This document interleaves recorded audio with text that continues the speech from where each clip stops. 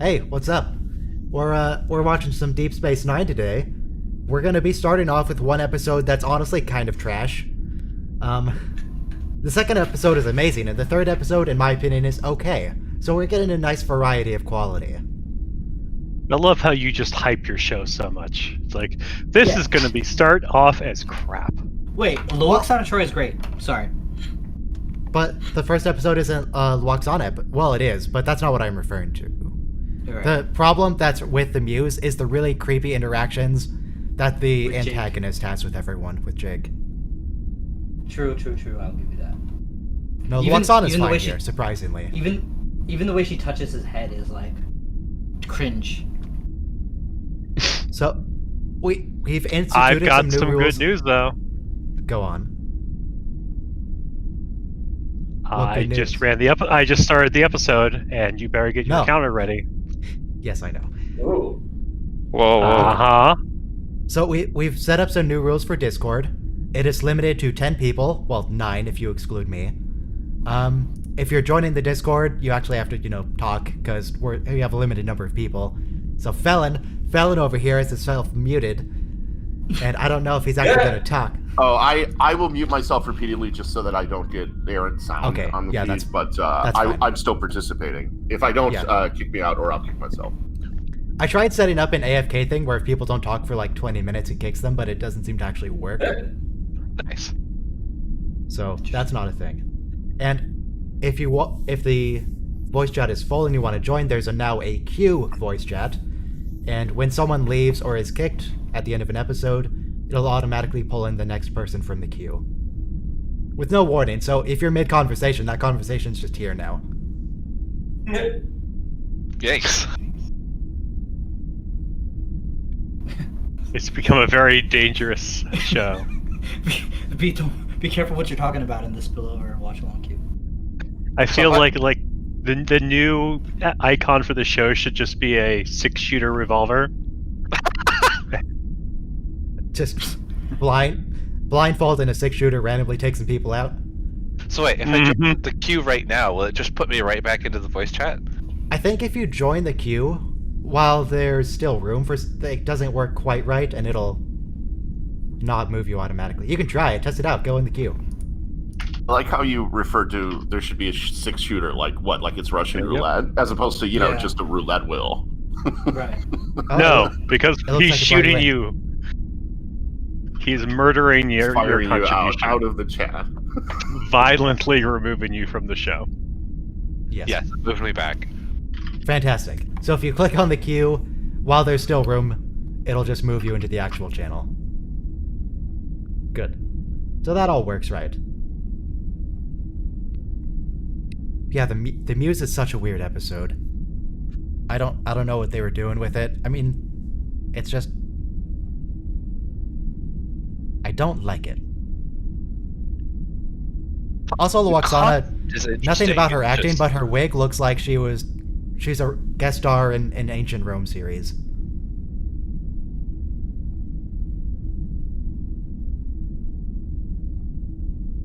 Maybe a British judge with her wig.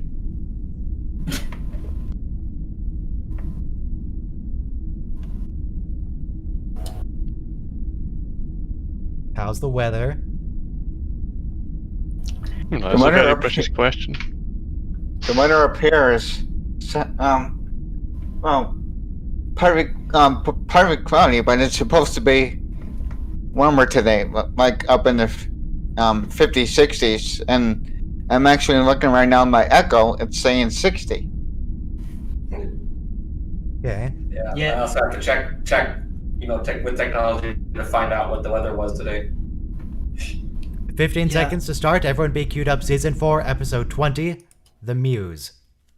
10 seconds. I mean, today's the last day of Motion detected at the February. front yard. It's March. Sorry about the noise. Press play in 4, 3, 2, 1, play. Triangle. Triangle 1. Triangle Oh. number 1. Triangle number 2. Triangle number 3. 3 triangles right off the Warned bat. Oh, this is a good episode. We're starting strong. Look, I don't really like The Muse as an episode, but it has so many triangles in it, it's amazing. It's now the best episode. Triple triangle action. Just jumping Just right became in. the best Jesus. episode of Deep Space Nine. So far. It's the best kind of ship. Can't handle it. Oh, I could steal all this for D&D ideas. Thank you, Jack. Yeah, we need Ferengi. I'd probably just replace the Ferengi with a goblin. Though our two goblin paladins might think that's racist. True. I want to just anyway.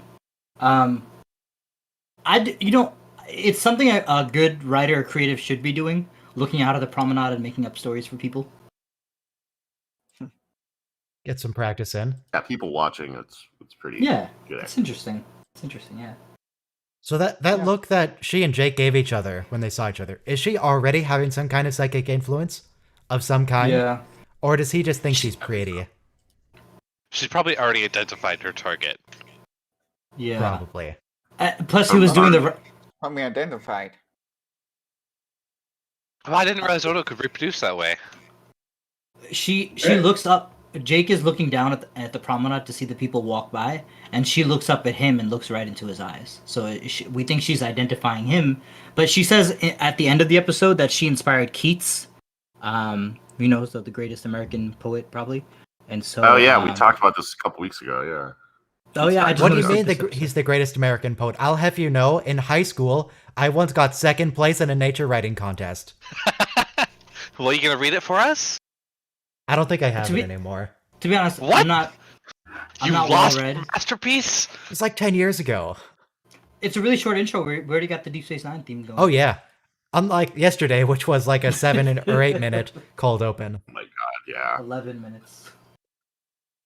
I think we were all shocked when it got to the credits. It's interesting because this episode is almost like Jake going through what Barclay went through in the nth degree, in the sense that he gets writer superpowers. Kinda. Triangle ship. Yes, but that's a triangle. That's the same triangle ship in the credits. I'm just trying to show you, that I'm worth being on the show. Aw. Well, that will be up to the dice to decide.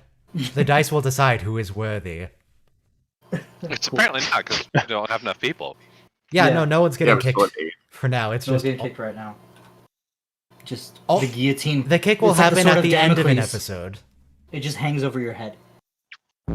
Right after an episode is when the dice will be rolled if necessary. However, this stream today is rather unpopular, only a third of the usual number of viewers, so that's fine. Probably nobody's getting Certainly. kicked, don't worry about it. Nobody wants a cringe massage. Cringe with that. Maybe people join in when we get to the actual good episode of today, for the cause. Yeah. I think. Hey, welcome, Michael. Just in time. It would be a shame to miss you on the Welcome, stream, Michael. because we'd miss all that trivia. Well, take my baby. Hey, Michael.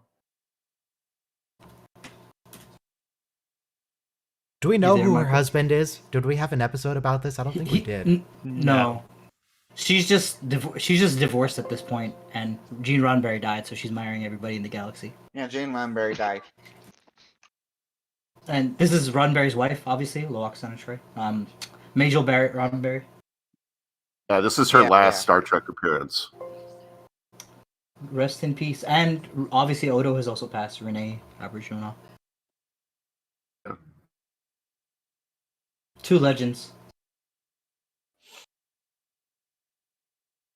It's kind of weird because later in this episode, she marries him and then says like, "You don't really love me," and he's like, "I think that's weird," because he was kind of into her. I mean, they got along very well, but Odo were has playing his hide eyes and set on seek. another woman. That's the basis of a well, he actually does he have his eye? Because he says in this episode, it's not like I'm going to marry anyone else. Jill Barrett he's- has a story, has a writing credit on this. That's pretty cool, actually. Who? Who does? This actress, Michelle Barrett, she has a Oh. writing credit, story Interesting. credit on this, which is kind of interesting. She must have contributed a lot of her own dialogue, I would think. She's also the voice of, you know what? Yeah, she's a computer voice. Yeah. Not on this station, though. This station is a Cardassian computer voice. Yeah, not on this station, no. But like on the TNG and Voyager, she is. Mm-hmm. Yes. Mm-hmm. Yeah, she's been the voice all the way since TOS. And she does have a habit of arguing with herself because she doesn't quite know how to work the computer, at least at the start. I understand some of the vitriol towards Loxana because I think she started off like sort of eccentric and interesting and just became like a crazy lady. When I think of Loxana, the things that come to mind aren't like Half-Alive and the Muse, her later episodes. The thing that comes to mind is The Higher, the Fewer, and her in a mud bath with Alexander. That's all I can think of when I think of Loxana now. I think I mentioned it in a prior TNG like stream, but like she's sort of an audience surrogate sometimes where she'll call out if something weird is happening or if somebody looks odd. She'll be like, "Oh, what's that?" It's kind of nice. She also was instrumental in both Earth Final Conflict and Andromeda, which were Gene Roddenberry's projects that were picked up by television channels after he died. I used to watch Andromeda. That was kind of good. Yeah, I tried watching. What is the liquid in that glass? It looks a bit chunky. Make Foster? This make Foster. It looks like orange juice. Pulp with pulp. Jake likes pulp. Okay. Okay, the actress is Meg Foster, who's in else Masters of the Universe. She's in They Live, the John Carpenter movie with Rowdy Piper. She's very good. Yeah, those eyes. Yeah. In the next episode, Cassidy introduces Jake to this like bread and Bajorian soup that he dips it in. So Jake has his culinary tastes expanded. That's the mint thing, isn't it? Yeah. Yeah. It like foams up in your mouth or in the cup.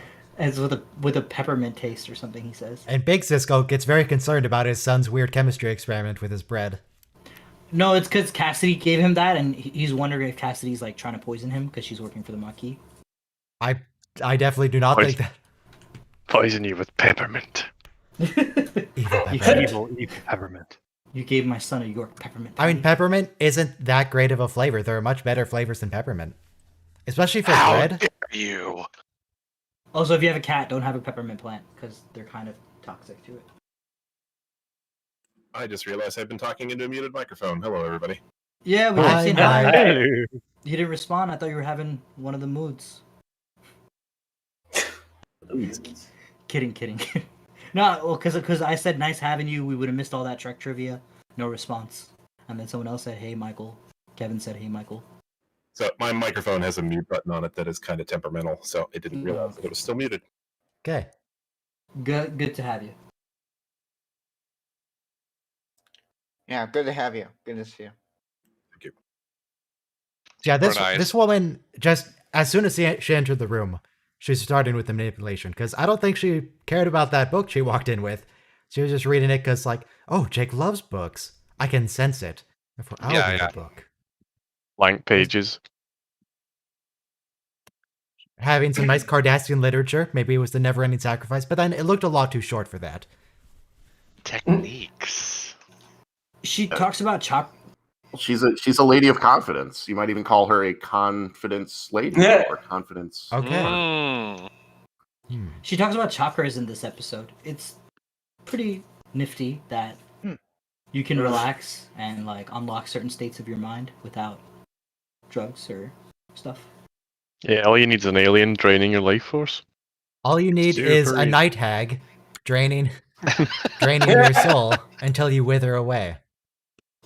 I would have fallen for those blue eyes. Very interesting clothing that old Cisco is I was wearing. just gonna say, yeah. What sort of culture is that from? It's African. Yeah, it kind of reminds me of what African people would wear up in Africa.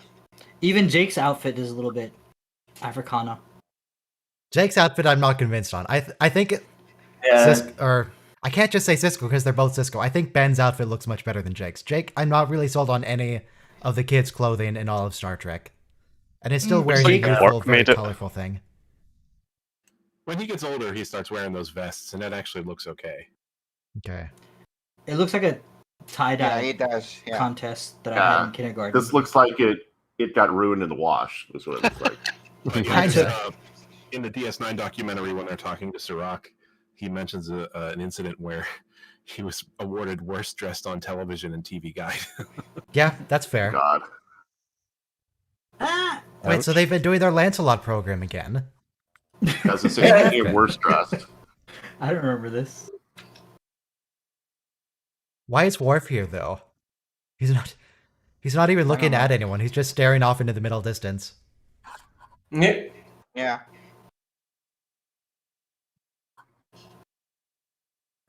I think. Oh no, her mood is Worf is contagious. staring, No, standing there staring. Quark, what do you mean her mood is contagious? We've already dealt with this multiple times. Do we have to... Is that foreshadowing, or is that just a reference to the past? It's not foreshadowing. It's just a reference. Just we do not... Look, we already had a Loxana is infecting people with her emotions episode. I like that Odo and Loxana bond over playing hide and seek, find the changeling, because I guess Okay, that's Worf's only line in the episode, by the way. I would. No, he also asks for a seat, right? Or is that the next episode? Sorry. I think it's the next episode. I'm just going by like Wikipedia at this point. Okay. Well, Michael Dorn got paid today. Good for him. Minimal effort. Well, I mean, That's Doran right, had up a for that. standard contract. He would have gotten paid regardless of whether he spoke in this. Yeah, it all particular spends the episode. same. Yeah. He's not. Yeah, you're right. Michael Dorn got credits for this episode. Michael Dorn got to work this week. Michael Dorn got out of the house. Good for him. He got to sit there and get makeup on today. Yep. He had that privilege. He sat through 4 hours of makeup for like a 1 hour shoot. Yeah. For his 20 seconds of screen time, and I would. And that's it. You know, Hopefully they last filmed year- something else while he was makeup. Yeah, isn't Hollywood magical? Yeah, I mean it's very hard work actually because 16-hour days and the people with the makeup have to get in at 6 a.m. or like get in at 5 a.m. so they can have their makeup on by 6 a.m. And you're waiting around while they're setting up lights and Yeah. electronic equipment. It's like, if you want to make movies and television, that's great. I hope you like standing around doing nothing because that's 90% of your day. Speaking Right. of standing And also- around doing nothing, I don't think Odo actually owns a chair for Loxana to sit on. I No. think she just has to stand there. He's not about chairs, the chair Like- life. Could make himself a chair, but that would be a little awkward conversation. Yeah, that he could. Be the chair. As a fan, like you want to be an alien on Star Trek, but it's like, do you have what it takes? Because you probably don't. Yeah, like for a day, it wouldn't be bad because it would just the experience of it, even sitting in makeup. But yeah, I mean, if you had to do it day in and day out, Mm-mm. Yeah, I've done enough minimal makeup to not even want to think about getting into this stuff. 6 Yeah. days a week I for mean- 7 years straight, 4 hours a day, getting around 2 hours, taking it off. God. No. my And first also ever you're- job, I worked transportation on a shoot, and yeah, I mean, just watching them like set up and wait, and it took like 8 hours, and they shot what it ended up being, I think, 2 seconds on screen. It's like a cutaway scene, and I'm just like, why would anyone want to do this? I don't understand. Yeah, and the other thing is though, even in this episode, when he's jumping down from the hide and seek game from his bronze sculpture that he has in the middle of his apartment, you could see, like, I mean, he's trying to play happy, but like being in makeup all day with that thing on your face, you can't really. He's not happy because also they were talking about how he had to eat liquid meals and stuff like that because you can't really eat a sandwich with all that makeup on. Oh, yikes. Loxana just has to sit on the floor. Odo, get a chair. What if Kira comes over? What are you going to do then? She's Like, if he not- wanted to to get a defense chair, What is his move to get a chair here? Can he pull one out of the replicator? Is that He could big probably enough? get like IKEA style chair out of the replicator. Just assemble he it. could just be a chair. Yeah. Well, that's what I said, but then you got to talk to her and stuff, and that's weird. I mean, I would Then just you have keep a crate Loxana loose. sitting on you. They're already like snuggling, so Yeah, at this point, he is like mainly her chair, or at least a pillow, right? 10. Yeah, she doesn't mind that there's nowhere to sit. I guess that's the point. It's the kind of spouse you want. Should write Hallmark cards. Who said that, Michael? I'm with you. I don't even care if there's no chair. Yeah. P felon. Okay. Hey, you know. Okay. Someone was real sarcastic to me in the D&D game last night too. Last year I went to the Star Trek convention in Vegas, Mm-hmm. and I pretty much met all the Star Trek characters. The only person I didn't meet was Roxana, which would have been pretty cool to meet, I think. That's amazing. Yeah, right on. Yeah. I always wanted to go, man. It was before this COVID. It was before this pandemic hit. Yeah. I've never been. Yeah. The before times. Before the Falls dark asleep. times. Before the She doesn't need a Empire. bed either. Or a pillow. Well, now he's a blanket. Yeah, right on. Now, Aw. how insulating is Odo? Does it change? Oh, he's a Does it pillow depend? too, by the way. He also became a pillow. If Odo is extremely heavy to the point that he can bend metal with his arms, is that like a weighted blanket? he can change his I own can weight. change- Oh, wait Obviously. a second. Nice. He can. Do you know what I like about Odo? He can He be can be a both weighted big spoon blanket? and he can be both big spoon and little spoon. Yes. Oh, she turned her quarters into a weed dispensary.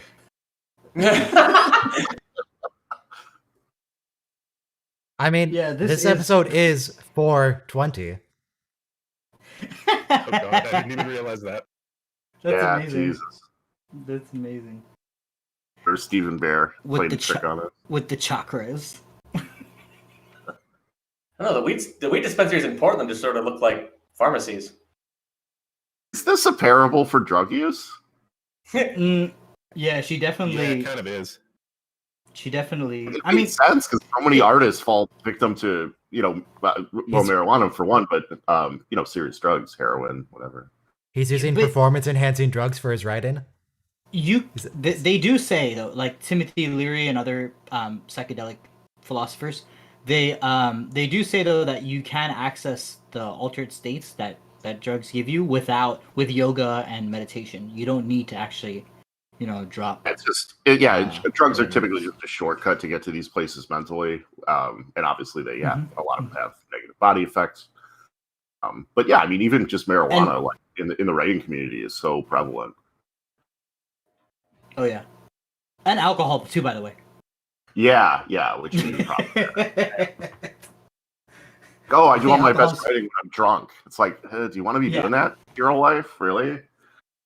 It's just really hard, so you gotta like numb your brain to the difficulty of racking your brain for ideas. Yeah, there's different ways to kind of get to where you need to be. It's all about methodology, but it's like, what did Bukowski say? Write drunk, edit sober. Yes. Yeah. For the That also record, works the for Ryan's programming, by the Edits YouTube channel does not endorse drug use. Or alcohol abuse. Yeah, nor do Or I. alcohol Sorry to abuse. be clear on that. just constructive conversation here. Okay. The views expressed within this show do not represent necessarily the views of the creator of the channel. Do what Jake does, which is The rule use writing. drugs. Just massage, get a head massage, go to a nice little massage parlor, and get your happy ending, and then finish your story. Oh, Fade to dark, We're fade to black, reversing fade to that black. now.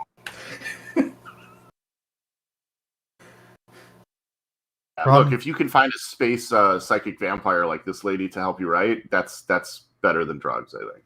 that's not sand. I feel like I would rather take the drugs than the evil space psychic lady who's going to kill me in a week. All It right. seems Seems Agree more to dangerous disagree. somehow. But wasn't McCoy on like some bath salts when he ran into the Guardian of Forever or something? Kinda. Yeah, the drugs only might kill me. She will definitely kill me. Is this like they wanted to have more of a Jake episode, and this is just all they came up with? Because this is kind of a weird storyline. They get much better Jake episodes later on. And in addition, we already had The Visitor. That was a Jake episode. That was pretty good. And that's a great episode. I don't think you could do this to a major character. Like, I mean, one of the senior staff. It would have to be somebody who's kind of naive. So it would either be Jake or Nog. And Nog would probably... and it's in his character. And Jake's already a writer, so it's... Yeah, it's about writing. Well, we get better Jake the Writer episodes later. Yeah, I like the Visitor episode.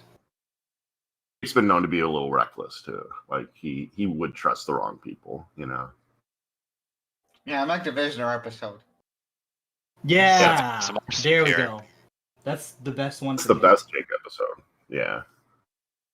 So I did think it was not his handwriting because that's beautiful handwriting, but then at the end, when he signs his name, he calls it, I don't know, Penumbra by Jake Sisko, and he signs it, and he does that is Jake's hand in that shot. So Well, you think Sarah That Clofton is? can't have nice handwriting? he practiced penmanship. He is a writer after all. Look, Oh yeah, that nice pan shot definitely establishes that it is actually him writing, not a fake hand. Like the fake hands that are playing Picard's flute, and it's very obvious. it's really amazing when you get a love letter in perfect cursive. People send each other letters? Nom nom nom. I wouldn't know, I had a but fling yeah, or two. I wouldn't know. Sad thing. What, from It's the nice. through the post office? Who uses the post office these days I except know, for I Pat? know. What's that for? I started doing a pen pal thing with my friend in Korea. Well, he was from Ohio, but he moved to Korea. So it's Okay. nice to go. It's only $1.15 to send a letter around the world. A cup of coffee costs more than that. So it's pretty amazing how international post works. See, this is the wig I was referring to that it looks like she's in ancient Rome. Yeah, that's so true. Even We the had show, weird haircuts yesterday too, man. even the show Rome, all the aristocratic ladies have hair just like that. Yeah. It's Showtime, I think. It was very good.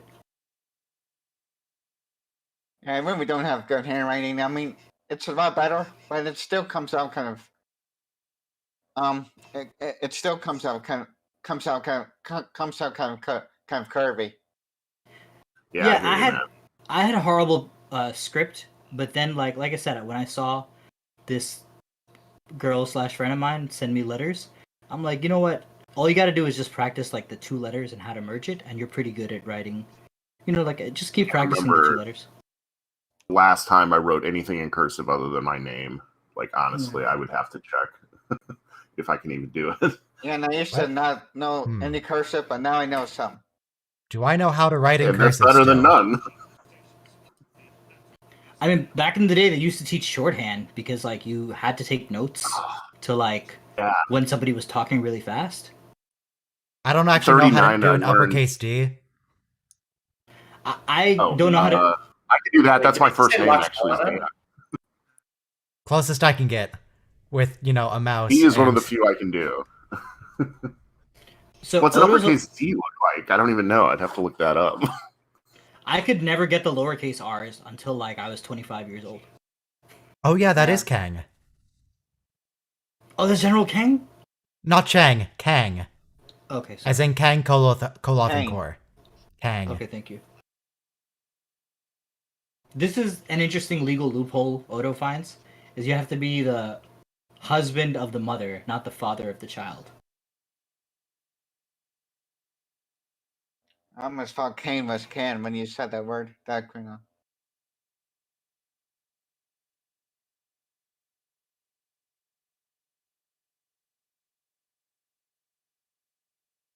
Oh. Hmm? So in the Federation, or on Tavnia, life begins at birth, technically. And they don't say divorce in this episode, they say annulled. which Yes. is very interesting because that's an interesting way to put it. Divorce and annulment are two different things.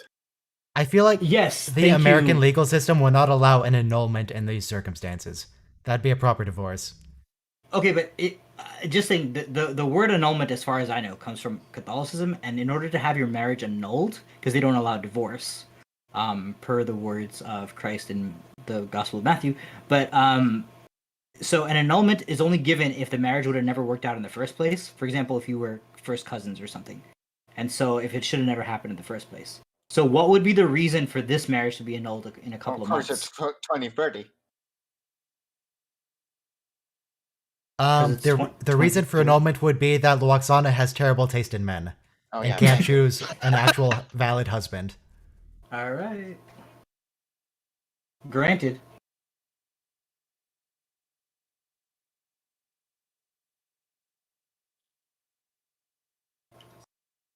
But like, he's in love here, but he's still like in pain as an actor. And he's probably used to it by this point. It's been 4 years. It's hard. It's just really hard. This role.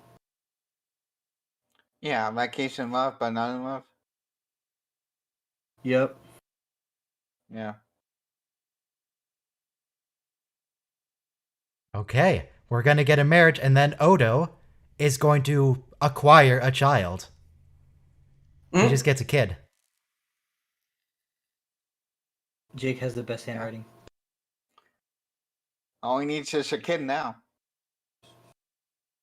Yeah, this is really weird. What? I don't... She's opening up his chakras, man. You gotta read some more Deepak Chopra.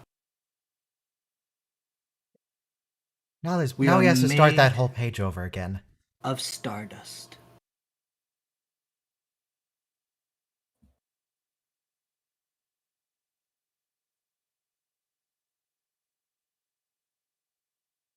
This whole What episode are is we just gonna look ASMR. Is it? The whole half of the episode, the plot. I don't Yeah. know. Is this the A plot or the B plot? It's Mm, it's a This plot for sure. I don't know if this it's is the an A plot, but A it's a plot. this is the Yeats plot. Probably the A plot. Yeah, I would say that this is the A plot that's going on right now because it's involving more If you're characters. talking about before it happens. This episode is actually just two B plots put together, though. That's It could just That's be what I that. was thinking. Yeah. That's fair. Yeah. There's a few episodes like that. God, why did you have to point that out? Now I can't see him as anything other than Kang. It's just Kang. Wait. Kang, the guy from the original series? Half the galaxies learned to speak Klingon? Yeah. Yes, Trials that and Kang, and also Tribulations? he showed up in Blood Oath DS9. earlier in DS9. Right. Ah, the Kang. And he's the first Kang. Klingon we ever see, right? In TOS. Maybe. Yeah. I wouldn't know. Yeah, I mean... TOS like is the the- series I know the absolute least amount about, so Well, I'm gonna assume everything you say about it is it- correct because I can't contradict you. Alright, well, I think it's the first time we see a Klingon on screen, and... Yeah. He's very arrogant. They get into a fight. I like this, Odo is very convincing here to the point that the guy doesn't even object. Because the rule is if you object to the wedding, it doesn't happen. Okay, the phrasing of this marriage thing started a little bit concerning. Like, I'm here among my possessions and I want to add Luoxana, dramatic pause, to my life. Not to his possessions, that's fine. It sounded like he was gonna say he owns Luoxana now.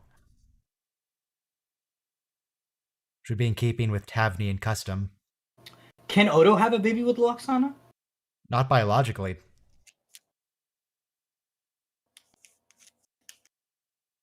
What? He cannot link Well, with Luoxana. We don't know how changelings reproduce. Other than the fact that Odo was a baby like 200 years ago. Hey guys, sorry I had to step away. Klingons first showed up in the TOS episode Errand of Mercy. The first Klingon we see on screen is actually played by Victor Lunlin, who enters the room ahead of Kor. He's just an unnamed Klingon lieutenant. Okay. But so that. Oh, I'm sorry. So I'm confusing Core and Kang. Okay, thank you for the TOS. Yeah, lesson. Kang and DS9 is dead by now. But Core we will see again. Okay, thank you. Good to get my TOS Klingon. Yeah, straight. we gotta go find a fancy batleth. Oh, we've already found the fancy batleth. We need to let Core Did we? die Oh, that's now. right. I missed that episode. Yeah, Core's next thing is it his death? I think that might be his next episode. Yeah, I can't remember him appearing any other time, but he may have.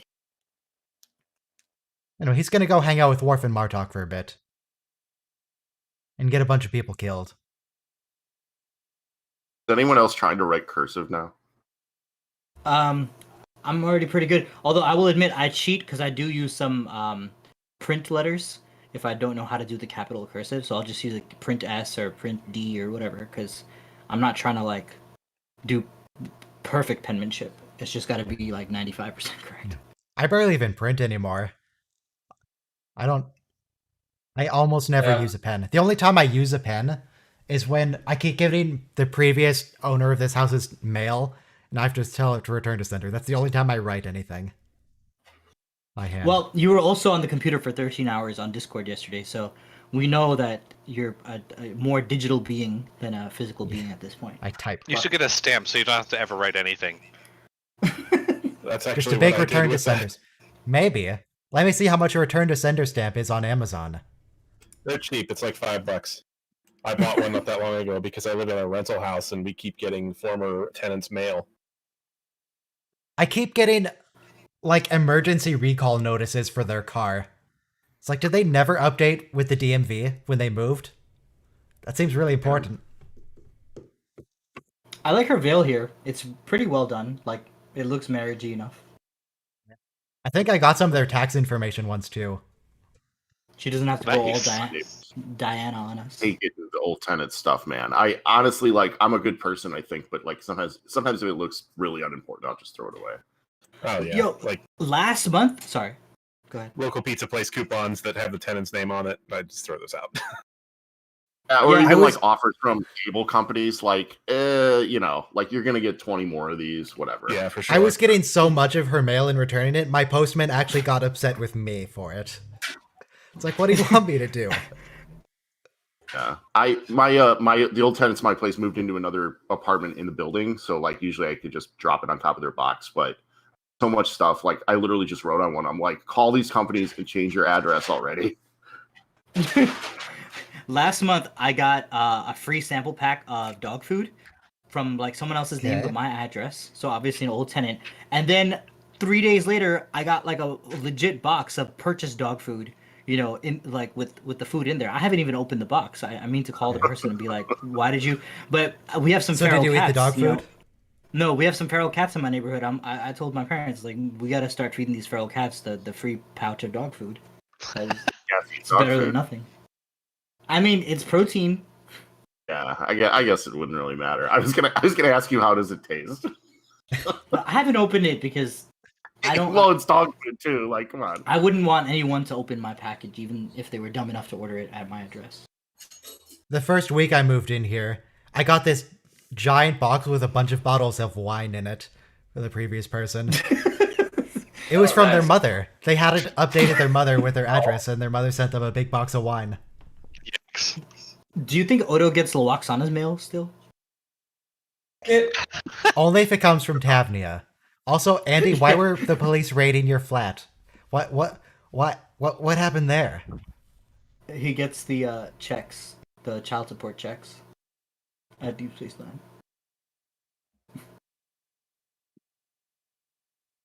Anytime I just write, I just print. Yeah, I print too because for my job, I have to be able to read it like a week later when I'm doing it. I don't want I to think can about print it. like a madman. I print very fast and very small. Like Ryan, me too. I do my printing. The only other time I do writing is when I have to write out checks, anything like Wow. Wow. Cool. I haven't written a check in a long time. Yeah, I've never But yeah, I written a still check. pay my rent by check. That's like the one thing. I do too, but I have it set to do automatically every month from the bank. Nice. So Jake they just, collapsed, by the way. they just said I hope it. he's okay. He's fine. Don't worry about it. He has another 3 seasons on his contract. No, he was about to sit and then he fell off the chair. Yeah. It's pretty bad. Yeah, we're not talking a lot about the episode, which I think says something about the episode. Maybe I don't know. Yeah. Basically, he gets a massage at a massage parlor. Like, yeah, that's the thing. Like, not that much really happens. Like, the story beats are pretty few and far between. Yeah, it's a filler episode for sure. Because next one we found out that Paddington, that's what I'm going to call him, is a dirty, two-faced liar. Well, The second one is one of the most important episodes in DS9. It's like a favorite episode. Paddington is a little stuffed bear. Collapsing. I think About to say, are you talking Eddington crap is about my? a Starfleet officer. Are you talking crap about a British Come on, stuffed like it. bear? I'm just saying this guy is wrong. He's just totally wrong. And I love the speech Cisco gives at the end. It's like, I will pursue you to the end of my earth because you betrayed your oath and you betrayed me. Dun dun dun. She got punched by the magic vampire lady. Now what? It's more like she swiped her away. Yeah, but it still had like the punch noise. So is she glowing with Jake's life force? Is that what's around her? No, with lots of life force from various people. She's like, It's called it. It's called an aura. You gotta get your spiritual energy. Yeah. You get it's the chakra energy. Oh god, I cannot hear about chakras anymore. My last relationship ruined all that for me. We start talking about chakras, we get into Esper ratings. After that, it's just a downhill slope from there. Did you remember to center your heart chakra this morning? But he even That's what I did wrong. Bashir says it's a psionic attack in the scene that just passed. So it's like aren't there Pokemon that are like psionic? Yeah, yes, Mew. Psychic types. Yeah. Abra, Kadabra, and Alakazam are psychic types. Mm-hmm. Nom, nom, nom, With nom, increasing nom, nom. numbers of spoons.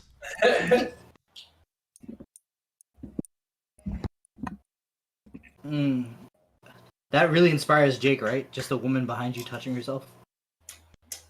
Well, I would prefer if you didn't phrase it quite like that, but yes. Okay, I'm Phrasing. server mute. Fade to black.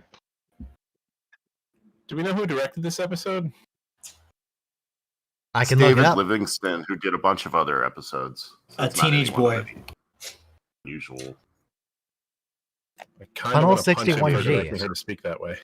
Wait, what do you mean Tunnel 61G? Since when do we have tunnels? When did that happen? No, yeah. Hey, it's a Cardassian station. They're not Jeffrey's tubes. So Yes, and Technically. something else. Right? No, you're totally right. Something else that comes up is that when Ben Cisco finds his son with her, he says emergency beam to sickbay, and she's like, "You're too close to the core reactor," and so it's they don't use You're too close to the reactor core. It's not a warp core. It's a Cardassian reactor core. Which is, I think O'Brien says in one of the earlier episodes that they're laser fusion plants. Exactly what they are. It's not a warp core because they can't, move. They can, though. Yeah, but it's still powering. I mean, They moved in the pilot episode. They moved real fast. Antimatter conversion core, right? But that's with thrusters. They use the deflector to shrink the mass of the starbase, and then they use the thrusters to move it closer to the wormhole. They did the thing from the episode with Q. They didn't change the gravitational constant of the universe, but they can change their gravitational constant. Lower the mass of the station so they can push it. Right. Don't worry about it. I mean, think about like O'Brien being on the station. Like, you need someone who is a really good engineer there, obviously, but also you need someone who will take on such a shitty job where you're basically constantly ad hocing Cardassian technology. And they're probably like, we'll pay you a bunch of money. You can live there with your family. Like, whatever, man. Okay, so clearly she can, eat without killing the person. Why does she always eat them to death? Why not just eat a little bit and then, keep them They alive? taste better when they're suffering. Like, You squeeze have you ever squeezed a lemon? Like you gotta like really squeeze. So she likes to get it to the. He kills her? Wow. Oh, she just goes back tries into to. energy. She just leaves. Okay. And she's gone. She's another magical energy being. Presumably, Very just fine powers. stunning her, not killing her. I need Another hag that got away. Another hag. Well, this one is also leaving soon. Oops. Sorry. Server ban. He basically told Cisco, "I'm done," and then left. Sounds familiar. Yeah. Because maybe we shouldn't be making constant references to the D&D game because nobody on the stream is going to have any idea what we're talking about because the games aren't streamed. Good. Also, hag's kind of an offensive term. We I all played know like, D&D. the blood tastes like blood.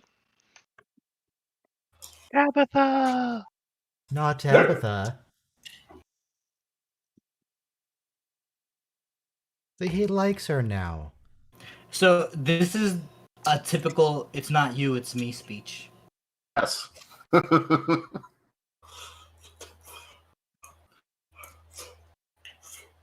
Like, he wants her to stay. He wants her to have the baby. He wants her to, like, fall in love with him. And she's like, I don't know if you'll fall in love with me. Are they still married or have they divorced? No, they're not. I think they involved have to yet. wait like months. Yeah, Odo says that earlier, that it's enough to satisfy Tavnian law. So, right now, if she's very close to having the baby, Odo just owns that child. Yeah. So, why does Tavnian law matter? Like, 'Cause they're not. the husband was Tavnian. And it's about Married custody of Tav- the child. Maybe the Federation has an extradition treaty with Tavnia? Yeah, I would assume something like that. They must have some sort of agreement. She's a former ambassador. There's no way they're going to extradite her and her child to like to another planet. Yeah, but it depend on the political ties. They were doing some character development for the Paddington episode. Eddington. Okay. Why are we saying No, Paddington? it is now officially Broccoli and Paddington. So, for reference, on stream, this is Paddington. Yeah, I that's couldn't what I remember his thought. name, so I can. Different. The bear That's a movie where different he thing. eats the sandwich. Different. Look at that traitor. Look at that traitorous bear. Since You know what? I think sandwich eating bear. Since the host has corrected me twice of this show, I will refer to Lieutenant Eddington by his correct Benedict name. He's a commander too, by the way. Jesus Thank Christ. you. You are 0 for Turning into 3. a Paddington Doing watch great. along. I like the gummy bears. Those Paddington movies are dope, though, man. They're really fun. Oh, and Cisco's just being regular encouraging. He's being a nice father. He's a good guy. Although he snaps at him the next episode. That's enough, Jake. Stop talking about. Now, Jake starts passive. using drugs to access his talent. Look, every writer, singer, songwriter, they probably hit that pipe once or twice. It doesn't Drugs were a come out. big issue in the 90s. You know, thankfully, Yeah. they're not a big issue these days. Like You they say are. Yep. that. It's worse. Yep. We solved it. We Wait, eliminated I drugs. just opened a news webpage, and yeah, apparently it's still a thing. So Look, Jake's handwriting again. Anselm? Oh, Anselm was a saint who wrote about original sin. Anselm by Would be a Jake good Cisco. question to find out from Cyric Lofted. Like, did he work with someone on his penmanship for this kind of stuff, or is that just how he wrote anyway? Yeah. So, I don't have a pen in front of me because, what am I, a Neanderthal? I have a keyboard.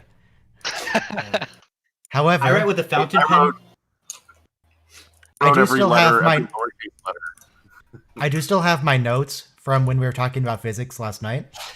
So here's my penmanship. That's how I write. The state of a system is completely described by psi. Single-valued complex, not single word. That might still be better than mine. It's not bad. See, that's It's actually readable. pretty cool. Mine's a little cleaner than a little smaller, but other than that, it's pretty close. Yeah. I mean, it's pretty small. This is just a small fraction of a small That's section good. of the That- page. That's how mine was before I started practicing penmanship. Yeah, it's just, I wrote every letter out in cursive. I couldn't figure out X. I had to look up how to make a lowercase X. It's just like.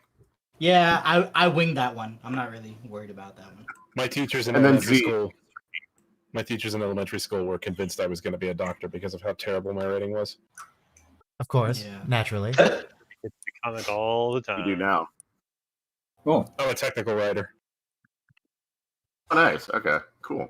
Did your You ever heard penmanship that song, improve? Technical Writer, by the Double Clicks? Sorry, what? Anyway, there's a song called I think it's called "I Want to Be a Technical Writer" by the Double Clicks. It's kind of a funny song about being a technical writer. writer. So a brief break before the next episode. I need to do something real quick. Okay. We're here. Okay. I think Let I me can go see what you're ahead going and- to do. Copy the Trying to kick bear. everybody. Oh boy. Copy the bear. Shrink it down. That's the wrong size. Oh, Okay. God, this is madness. It's not even 1 o'clock yet. There's the bear. Yeah, my penmanship did not improve over the years. As a matter of fact, I don't write anymore unless I absolutely have to. I've been typing since I was like 14. Yeah, that's I need key. to- I always tell people the biggest thing I learned growing up is how to use the keyboard and type very quickly. Yeah. My teachers Right. are always like, "Oh, you didn't have to Contrast. type this paper," and I'm like, "You don't want me to handwrite it, so you know." Yeah, inadvertently seeing the future for sure. You know, like this is going to be more important. Writing with a ballpoint pen makes my hand cramp up, so I have to use a fountain pen or a felt tip kind of pen, the one that Jake was using in the episode. So I swear by original ink writing instruments. And Have also, this pen. go ahead. We got Commander And the big Paddington of philosophy. Deep Space Nine. Nice. Never Oh God, trust. that's amazing. No, never trust a bear. Never trust Commander Paddington. Commander Pennington the bear.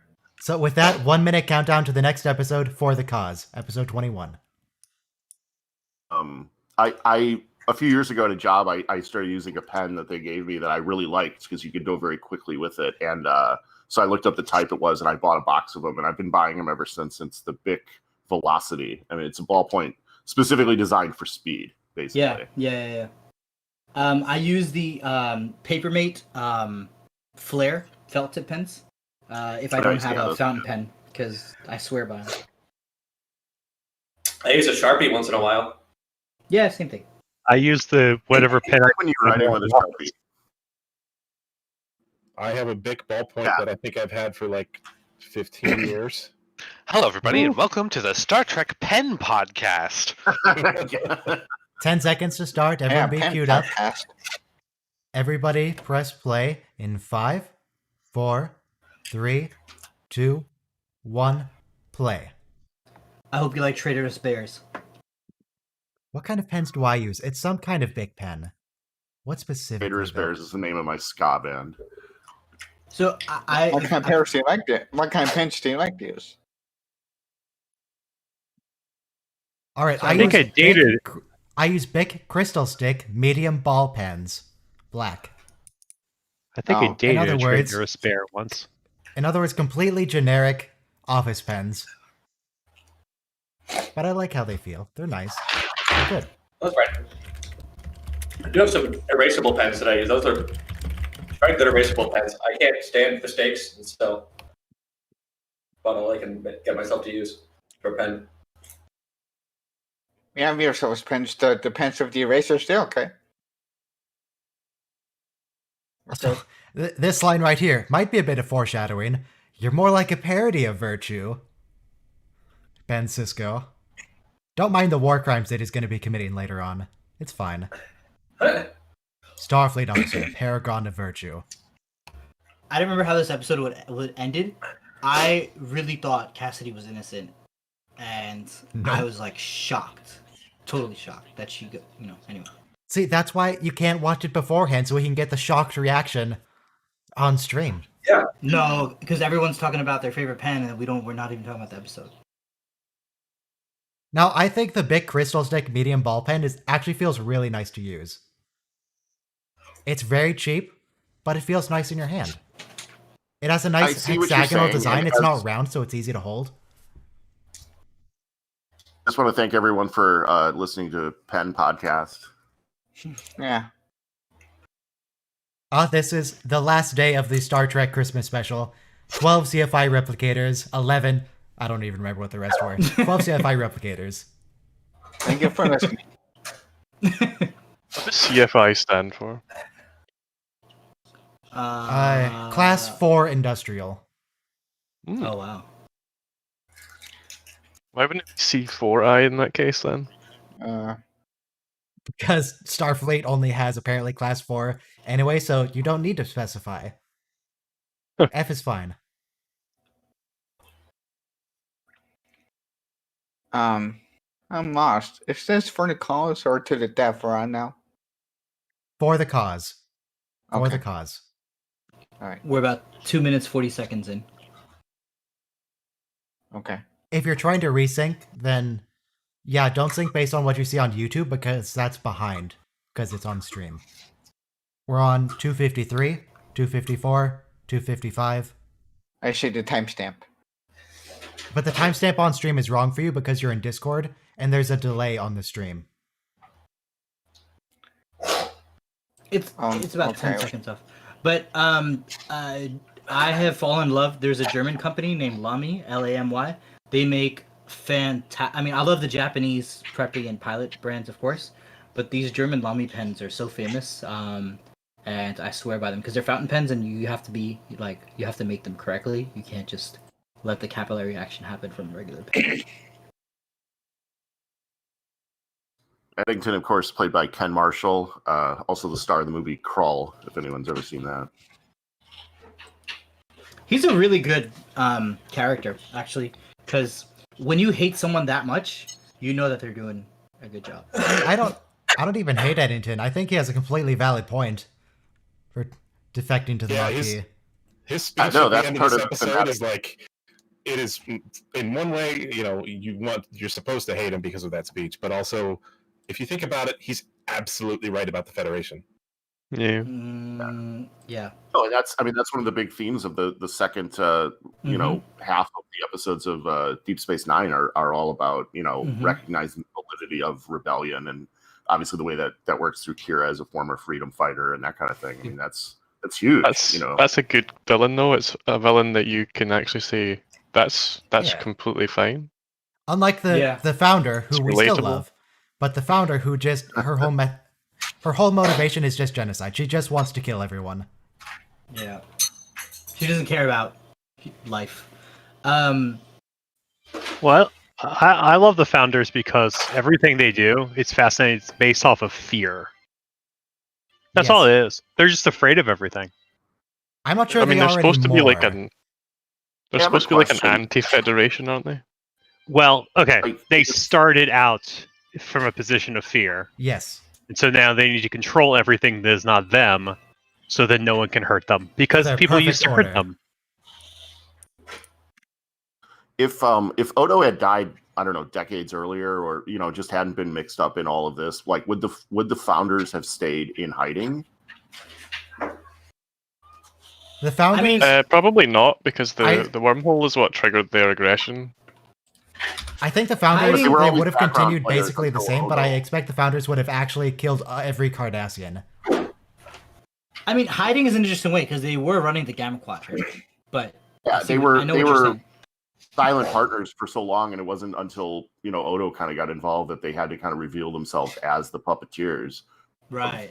Everything going on. But it was just like if he Yeah, if he had died decades earlier or something, like would they have always been background in control, and then would that have changed their strategy? I don't know. It's just interesting. Next, everyone in the Gamma Quadrant thinks the founders are almost mythical. Nobody knows Yeah. who the founders are. Now they Right. That's do. the thing. Like they were thought to be like myths and not really Right. even real. Right. Like obviously, because there are so few of them, and the Vorta are given the orders, and the Jem'Hadar are enforcing the orders. So you don't need to see the man behind the curtain. They just want to And- chill on the goo planet. then they wouldn't have been able to solve any of the founder problems on Earth, all the shapeshifters causing chaos, infiltrating governments. Changeling Martok would have probably actually taken over the Empire at some point. Yeah, you're right. If Odo had died, the Dominion would have taken over the Alpha Quadrant, because we also wouldn't have been able to infect the founders. And if that founder wasn't falling apart by the end of Deep Space Nine, that war would have kept going. So Odo is the most important person in the Dominion War, based on what I've just proven here. Apparently, what you just proved.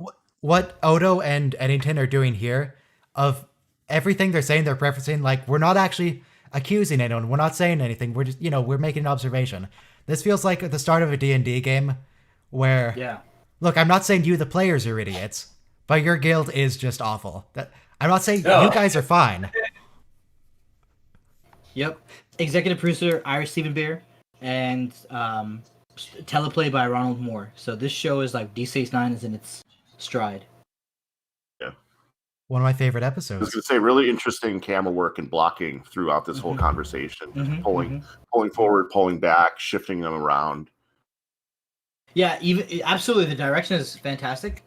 Even this is just three guys in a room talking. Like there's a lot of ways to make this boring. Yeah, even at the end when Eddington, Lieutenant Commander, is telling Eddington, I could have brought up Eddington. I forgot about this part. Yeah, forget what I was going to say right now. This thing is really fun because it's racquetball, but there's a real game on Earth like this called Highlight, and it's just as dangerous because the ball even goes even fast. So dangerous. You can Highlight, you're whipping the ball like 180 miles an hour, 200 miles an hour. Right, and you have the scoop. So the thing is that you have momentum to the ball that you throw that bounces back at you.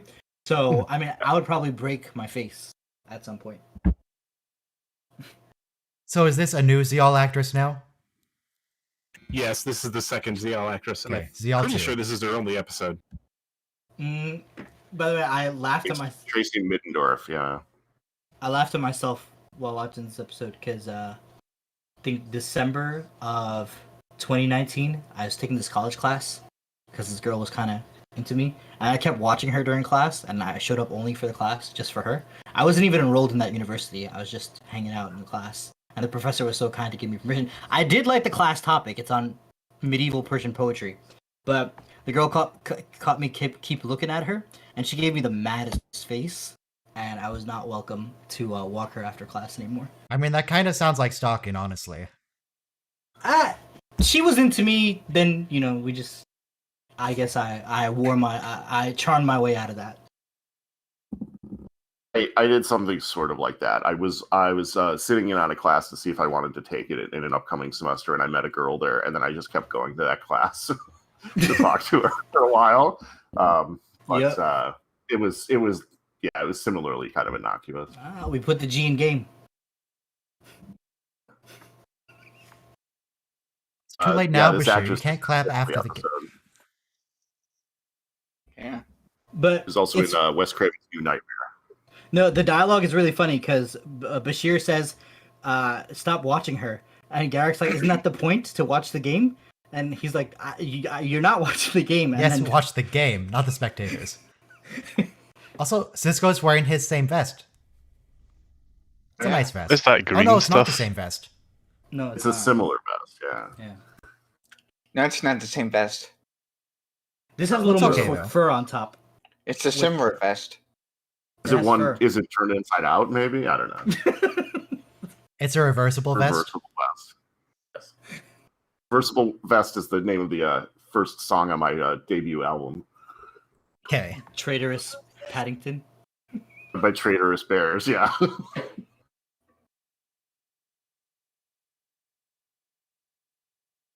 Why do you want to smell a bat, Jake?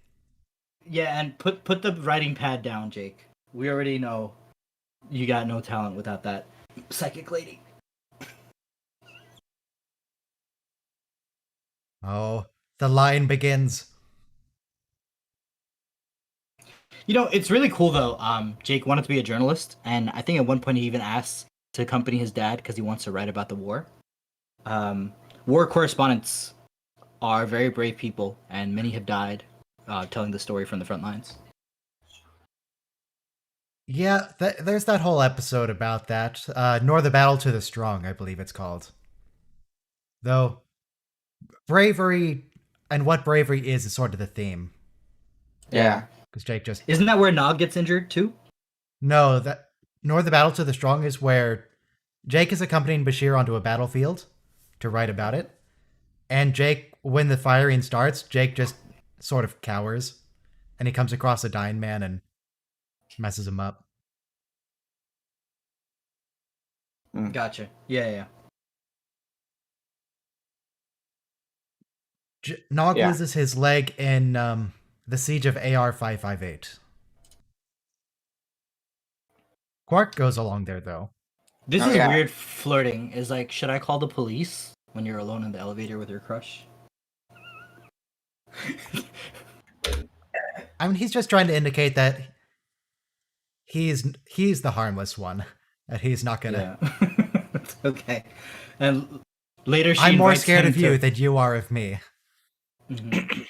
Oh, but something I learned in this episode, Garak tortured and killed her grandfather, which would be Ducat's father, which I didn't know. Garak's not a very nice guy, really. As much as we love him, he's actually just kind of evil. Kind of. Look, we all have a dark past, okay? I've never in the past tortured and killed anybody. Yeah, like as tortured much fun or killed, as it in would fact. be to hang out with them. Just loves Cardassia that much. The only problem with killing Zial's grandfather is that he didn't do it earlier enough for Ducat not to be bored. What? I wouldn't want to hang out with Garak and be his buddy because you could never trust him, you know? Yeah.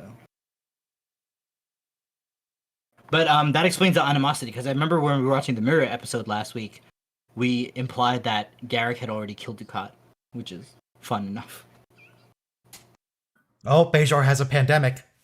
They're instituting quarantine procedures. Thank God that this station actually knows how to do a quarantine. They finally figured it out after the previous outbreaks.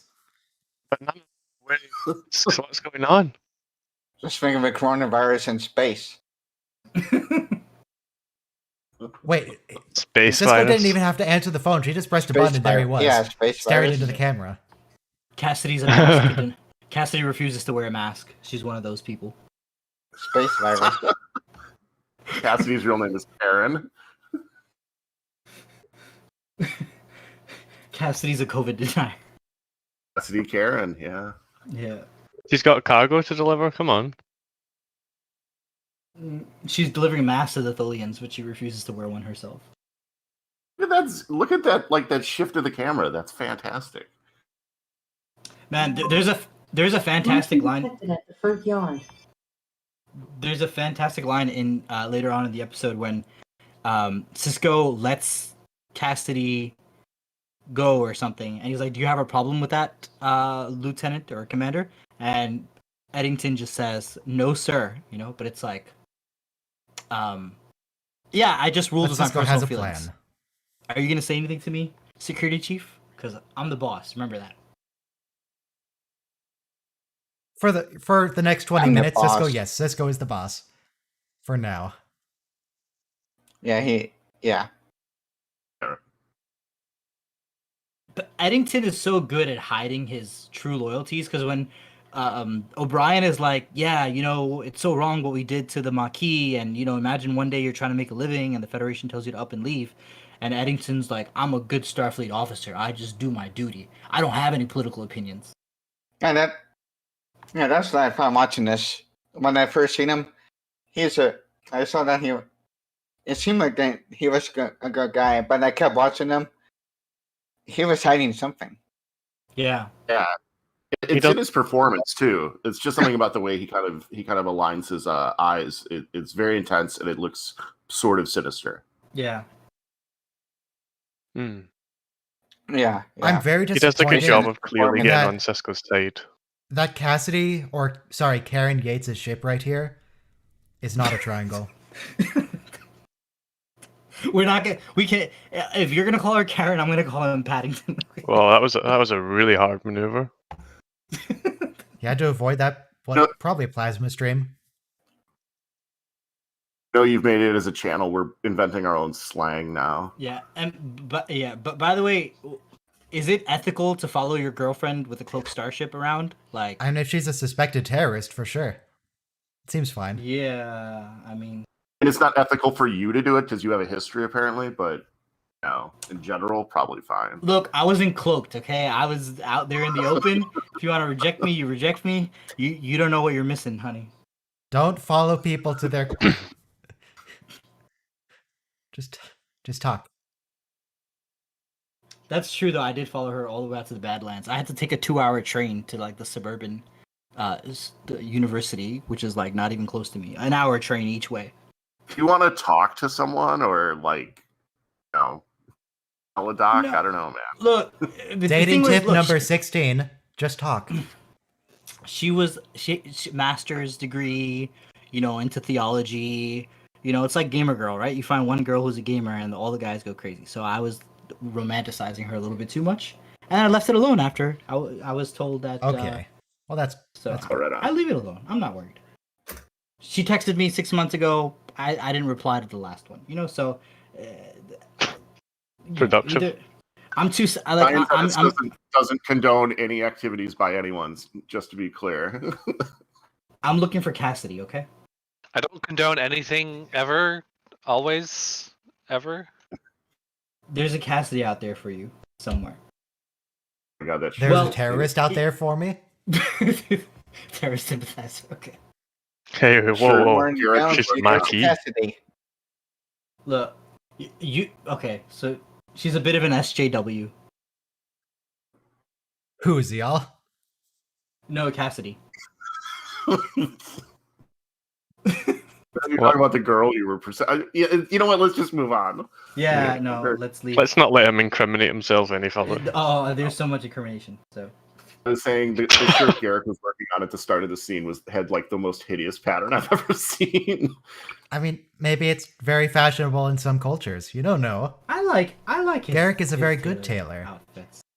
No, not the shirt he's wearing. The one he was working on Oh. earlier. was Yeah, pretty he's bad. a very good tailor. Not He that would the never shirt he's make wearing something is ugly. real dynamite. He dressed as Quark later in this episode, which is I've never seen him. He does dress other people, but I think it's funny to see him.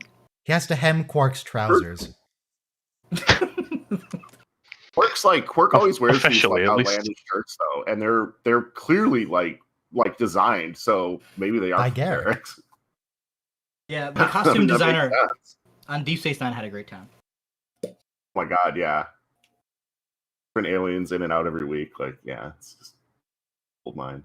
Yeah, and whoever came up with the Sydney Opera House on that, they were really thinking. I just realized that mirror behind Garrick is the same shape as the Cardassian Union symbol and the same shape as their ships. Even their mirrors look like the cuttlefish. Why is everything the same shape in Cardassia? It's called a theme. Yeah, I don't know if anyone's interested. I have a story about meeting Andrew Robinson. I could tell at some point, or maybe between episodes or something sometime. They're just having peppermint, so go for it.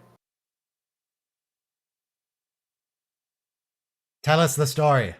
Speak. Or forever hold Okay, your peace. I'll try to make it short. So I donated a lot of money to this DS9 documentary, and I got to go to the LA premiere event. And there's like lots of people from the show there, but you're not supposed to take photos with them and all this stuff, whatever. Some people still kind of are, but I'm there with my date. We're kind of played it cool. And You're Cassidy? yeah, so right, Mm-hmm. yeah, exactly. Lexi was her name. So I meet Andrew Robinson. I'm like, hey, I know we're not supposed to take photos. Is it cool if I like grab a selfie with you? And he's like, he slips like into Garrick mode, and he's like, here's the thing, my friend. You're not really allowed to take selfies. They've been very clear with that to everyone. But he's like, if we're talking here next to each other in conversation and your date were to take a photo of us speaking to each other, that would qualify as sort of you getting what you want. I just kind of started laughing because he sounded like Garrick. That's what we did. That's how I got my photo with Andrew Robinson. Okay. Nice. So jealous. So Jake's for such a what nice we left boy. behind. Trying to take care of his dad. Someone else were to take a photo of you. Yeah. So can we see the photo? I'll That's on my say, yeah, Facebook you when he can't- says You can't float this in front of us and then be like, no photos for you people. Just imagine it. But I met comparatively when I was interning at a news channel. It was a morning show, so it was all fluff. We had Big Bear in the Blue House, and I just got like a little sign thing for my nephews, like they were triplets and young at that point. Mm. So, but I asked, you're a kid's cartoon character, like, do you ever curse on the side? So he just drops like a string of curses in front of me. I'm just like, wow, I can't believe Big Bear in the Blue House has such a foul mouth. But he says, don't tell anyone I said that.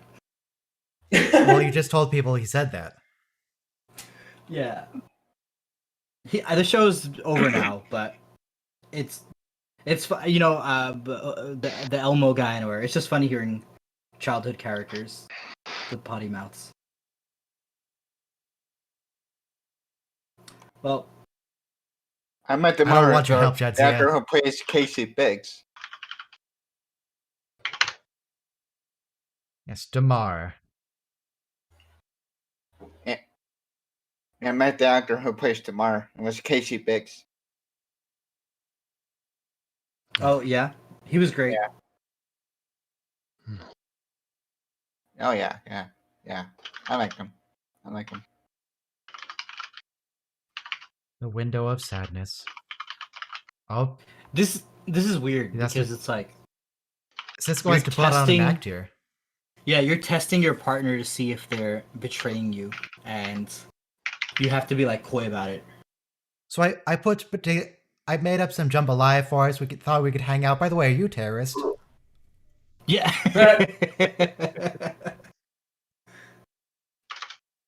Oh, that's wonderful.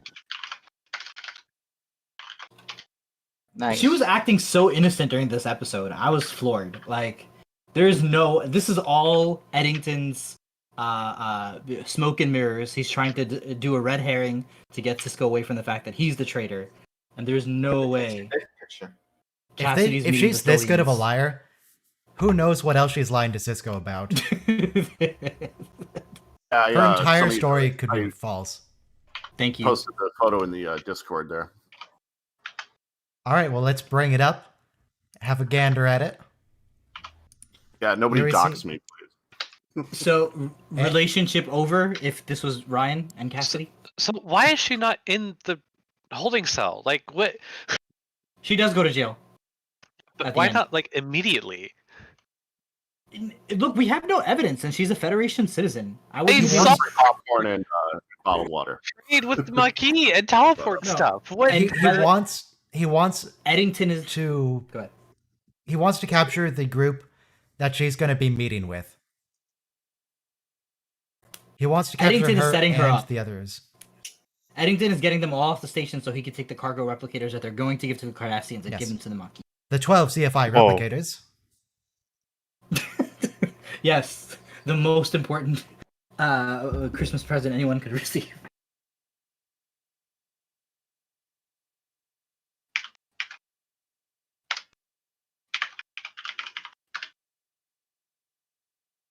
You looking at it? Well, Ben, the thing is, if I go after your girlfriend, I really don't want to be responsible for shooting your girlfriend. That's going to make job promotion so tricky for me. I'm just a good Starfleet officer, don't you know?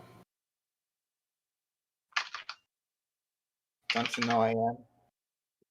Nothing duplicitous whatsoever for me, Captain.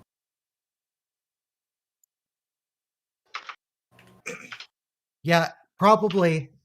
Like, I imagine if you're a cop, you're probably not going to be terribly keen on arresting the captain's wife. True. Probably going to cause some issues for you. Yeah. Definitely gonna look bad on you. I mean, just a girlfriend. Yeah. And this is Cisco dropping hints hard that he's hoping desperately she'll pick up on. He doesn't even go with them to the holosuite for the game. No, like, he had to, again, he had to do some plotting. All these red flags, for Cassidy. Like, how would Cisco not come to a baseball game in the holosuite? He had to plot. He had some scheming to do. Short of like a Klingon attack on the station, Cisco is going to be in the holosuite. This is a great performance. He's like acting like he's acting, which is Oh my always kind of God. a tricky proposition. Yeah, you're right. And also like imagine like your romantic partner just saying, "Let's go right now. Just don't even pack our bags." Like, how can you resist that? Really? Like, Plus, you might Oh, think like, okay, this is something we probably should do. You know, whatever the details are, this is serious. So yeah, if this speech from Cisco worked, that just means that everybody would be arrested except Cassidy. He gets to keep his girlfriend on the station. Even though we already proven that she's working with a terrorist organization. But it's not proven yet. I mean, they caught her ship already, and they probably have records. That was just a run for the Tholians. That's not really. She definitely met with a Maquis raider in the Badlands. Eddington set that up. That wasn't even. This is Eddington pulling the strings. I'm gonna believe her until I have the evidence. Okay. I'm not gonna let it go. Just we literally already saw them in the Badlands with a Maquis raider transporting cargo. Yeah. Listen, it does not matter how old this episode is. Until the Titanic hits the iceberg, the Titanic is fine. Ow. Yeah, what I was she believes him, like she heard it and was just telling him in code, no.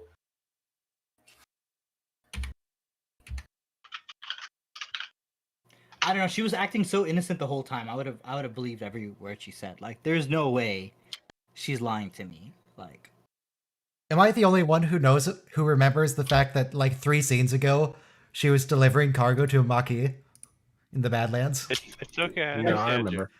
This already happened. There could be a logical explanation for that. Okay, it could have been a Tholian. Oh, now it's the Tholians. A Tholian and a Maquis raider in the Badlands receiving cargo from a suspected Maquis sympathizer, terrorist, associate. Okay. That's like giving an Aurora Borealis excuse. What did you beam over there? An Aurora Borealis.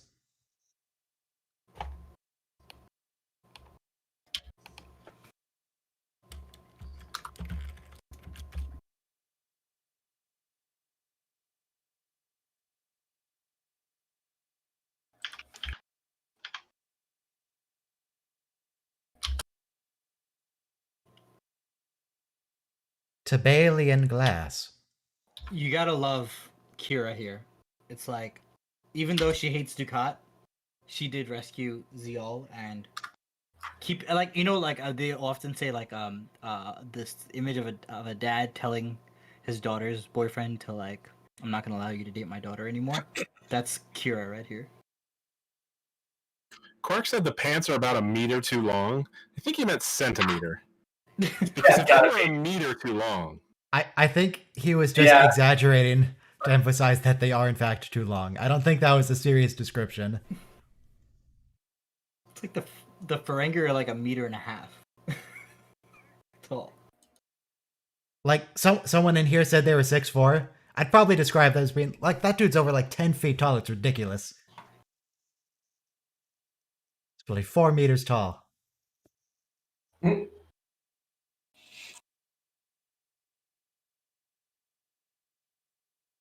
Would be nice to meet Garrick though. My sister likes Garrick. I mean, Garrick. Interesting that Garrick is so massively paranoid about this. Normally he's so confident, and that's how he survived for so many years. But it's usually the case that Garrick feels very confident in his reading of people. It's like, I know what this character is going to do, but he has no idea what Zeal might be plotting. He doesn't know what she might be plotting because she's not plotting anything. He thinks she is. I think like he does bring. I didn't miss it, but he brings a knife to the holodeck when he meets her by the hot rocks. Oh yeah. Oh, he brings a gun. Oh, okay. I mean, don't you all bring a gun to your first date? No. Just to be sure. Not usually. Let me be proud when I said that. Even when I'm at a college class where I have no business to be, I have no weapons on me whatsoever. Okay. Good. So And he says, except for these guns, and then he flexes his muscles. Oh, no. No. wow. You know what though? That girl, she didn't give me the time of day really. But after I got like a really cute haircut with a fade and trimmed my beard a bit, she was looking at me from the side of her eyes. Oh, okay. So it's a good feeling. Okay, you saved your cred now. Yeah. It's all about the haircut. I put it in the Discord, but yeah, the girl I took to the DS9 event was just a friend of mine. I was dating someone at the time, but the girl I was dating had less than zero interest in going to a Trek event with me. So, Well, why were you dating her? Why did you well, do that's that? the thing. It didn't work out, which not surprising. I went to the convention like 2 years ago. It was me, my mom, and my sister. So this picture with Casey Biggs, it was taken at the convention. And I also put on Discord. Oh, you're wearing shorts. Yeah. That's cute. And a Star Trek shirt. Yeah. Dressed up in his It's like you could- Cardassian armor, his makeup. Yeah, Could and crop Casey that Biggs where in it's his just makeup. like- you can crop it where it's like just you in your uniform and him and his and like that. And I got a communicator.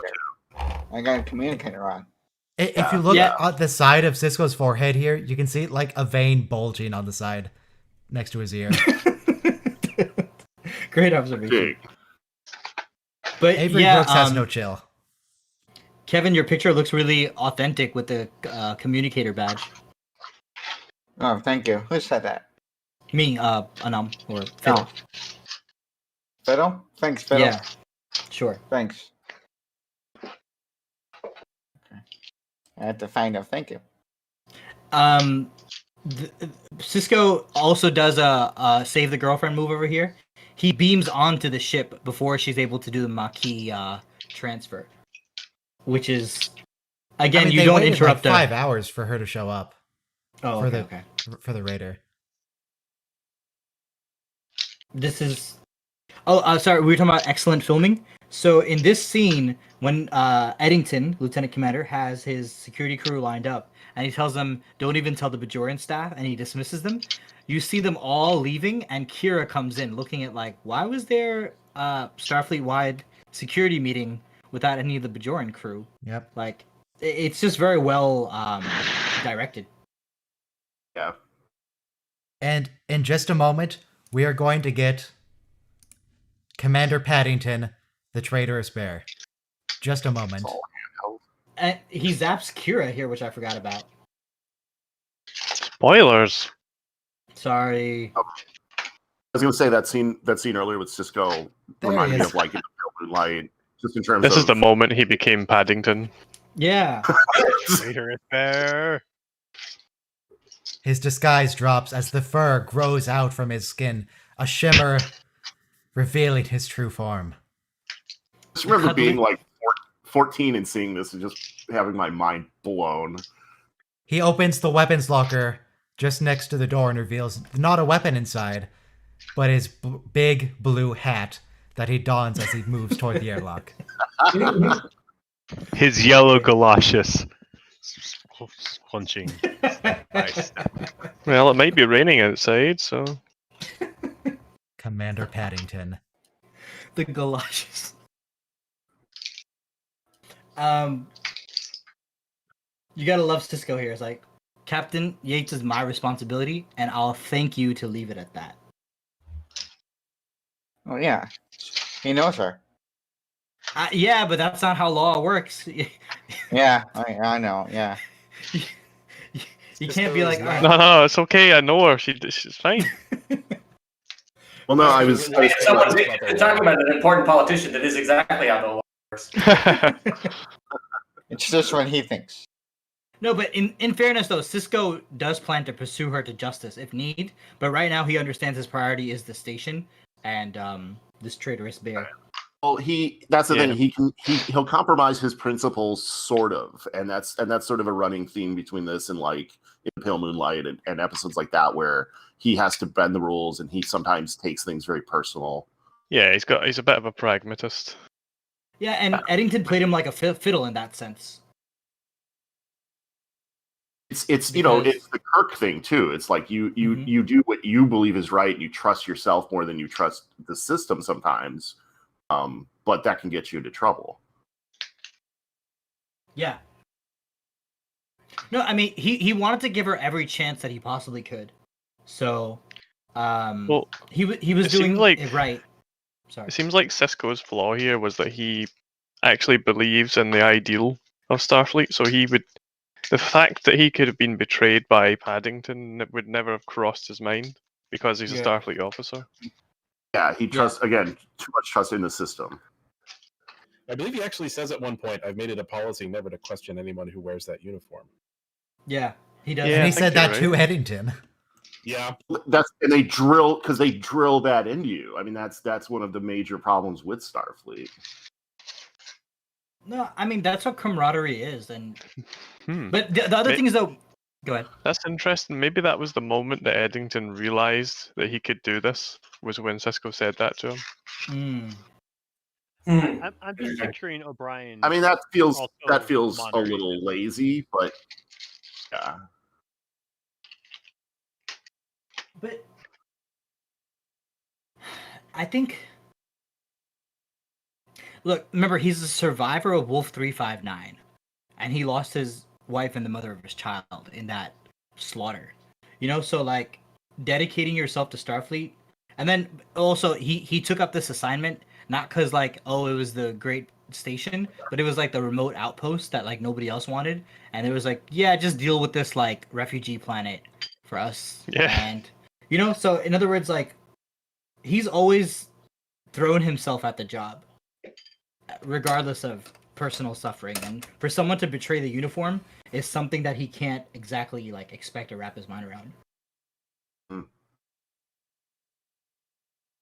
You're even worse than the Borg. This was the Borg. Come on, that's a step too far. Great speech performance here. Because they're more insidious. Because basically, you know, they want the Cardassians to sit on the council in like 50 years. Yeah, but they need to do it in a way that seems legitimate, and that's how they would do it.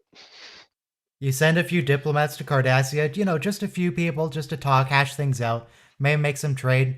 Next thing you know, there's a Starbucks on every corner. Yes, and a McDonald's. You know there was progress when there's the KFC on the eastern side of Checkpoint Charlie. That's when why is the Cardassian design on the light fixtures? What? So the Maquis just need KFCs on their planets, and then everything will be solved. That meant there was freedom in Eastern Berlin. You know what? The Cardassians are like rural America, like the southern states, where everything is just an American flag. Everything is in the design of the Cardassian Union symbol. Speedos with the Cardassian Union symbol on them.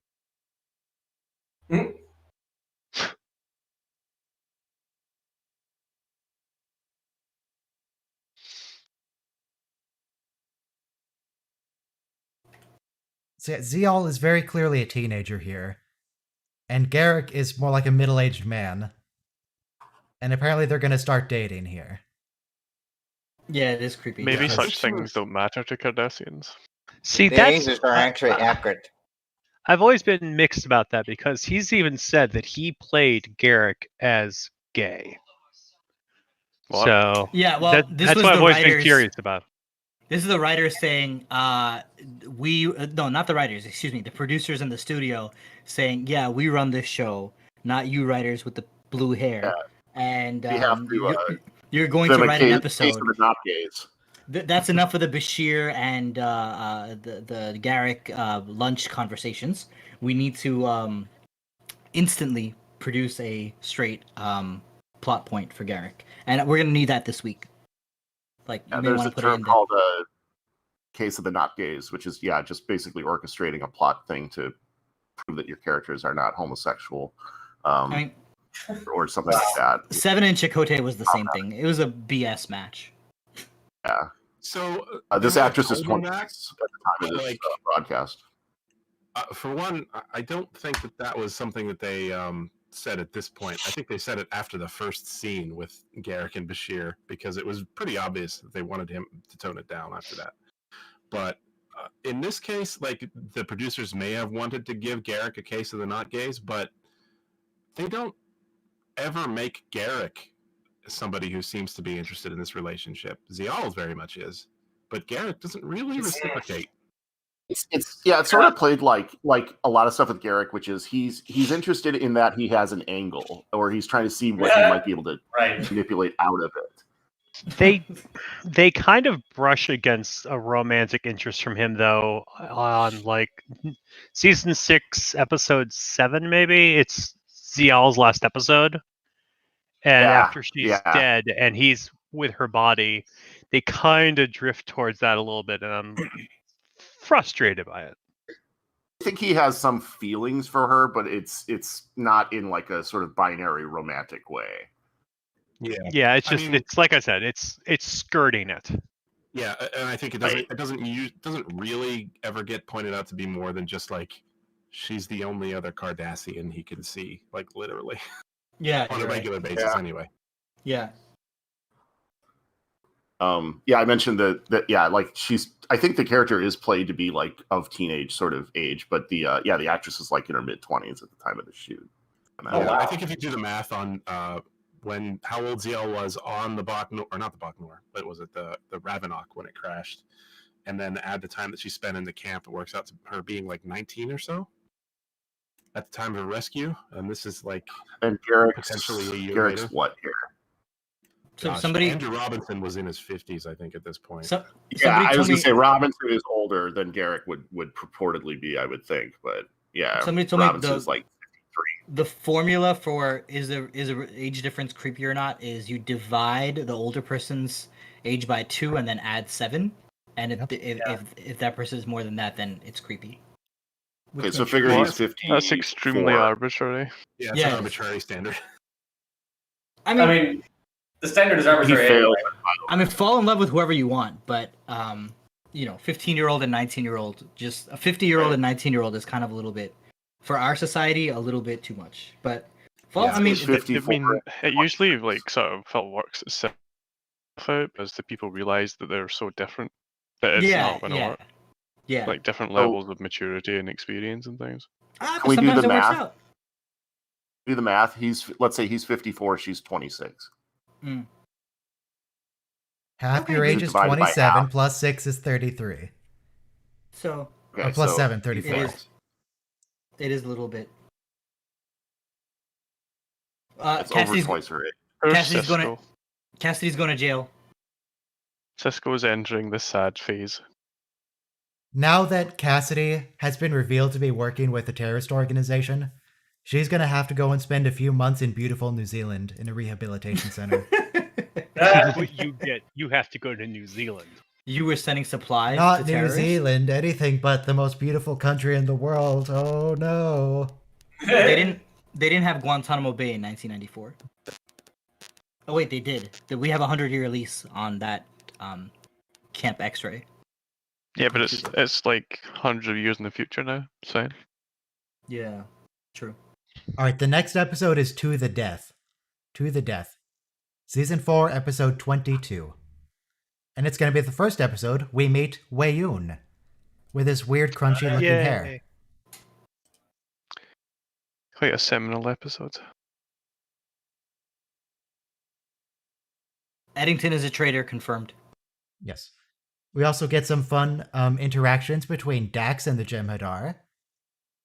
Worf and a Jem'Hadar beat each other up. Should be great. I'm trying to think. Isn't it the Fantastic Ferengi where Jeff plays both characters?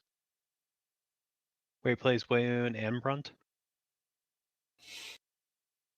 Oh, the Magnificent Ferengi. The Magnificent Magnificent Ferengi. I think that's where he plays both characters. I don't remember. 10 seconds, though. Everybody be ready to start. To the Death, episode 22. That's the comedy ready gold. To press play in 5, 4, 3, 2, 1, play. Actually, this stream is comedy gold.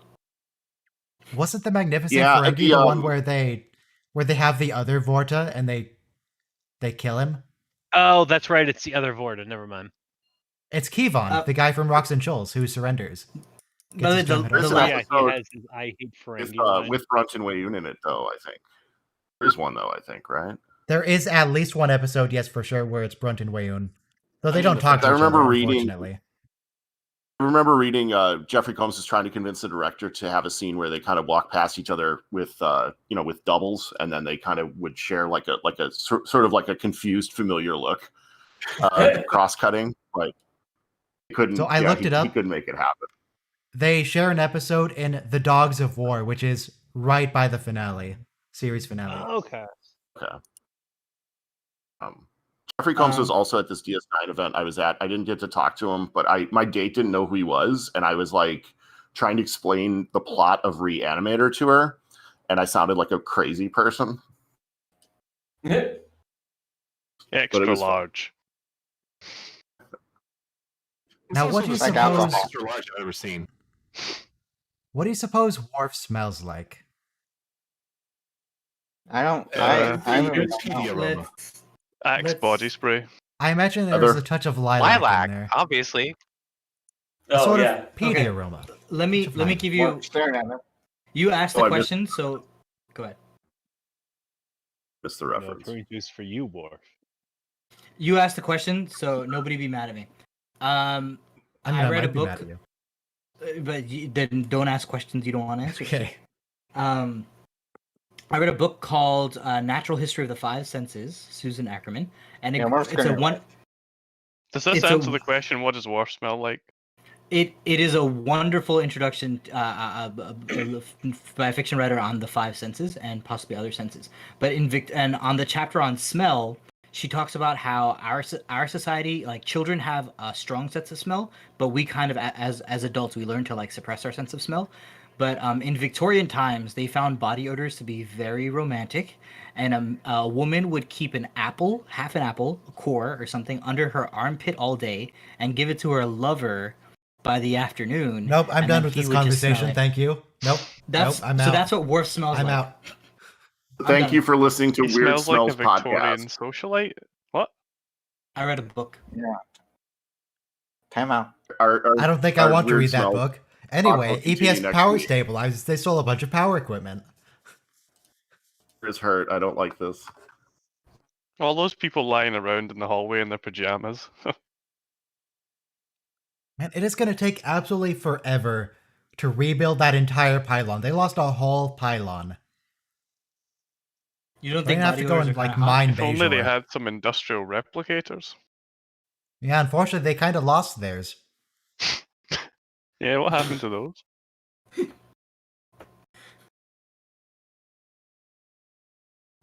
Paddington cleaned the shelves. Eddington. Excuse me. So, if you guys remember in like season 2 or 3, I think it was 2, we had Lieutenant Primin, who was brought in because Starfleet didn't trust Odo, and they wanted a Starfleet security chief.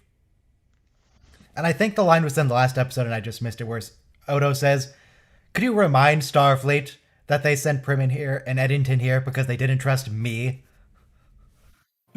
Yeah. Now the Starfleet officer is the traitor. Odo, we they get have to opening remind him. credits really late. Really late opening credits here, like almost 4 minutes in. Yeah, I mean, it starts off with an attack on the station by the Jem'Hadar, right? On the upper pylons. Yeah. So, it's pretty flashbang stuff. Yeah, and they stole some batteries and like outlets. They Plenty stole of some. rocks in the car. They stole some power strips. Yeah. Yeah, what was up with all the rocks? Your standard Federation issue. They But just what? Sorry. Yeah, I remember when I got my first rock upon joining the Federation. Why would you attack the upper pylon? Why wouldn't you attack the station's central core? maybe they tried It- and it didn't work. Well, it's like, what are they independently really shielded. trying to accomplish?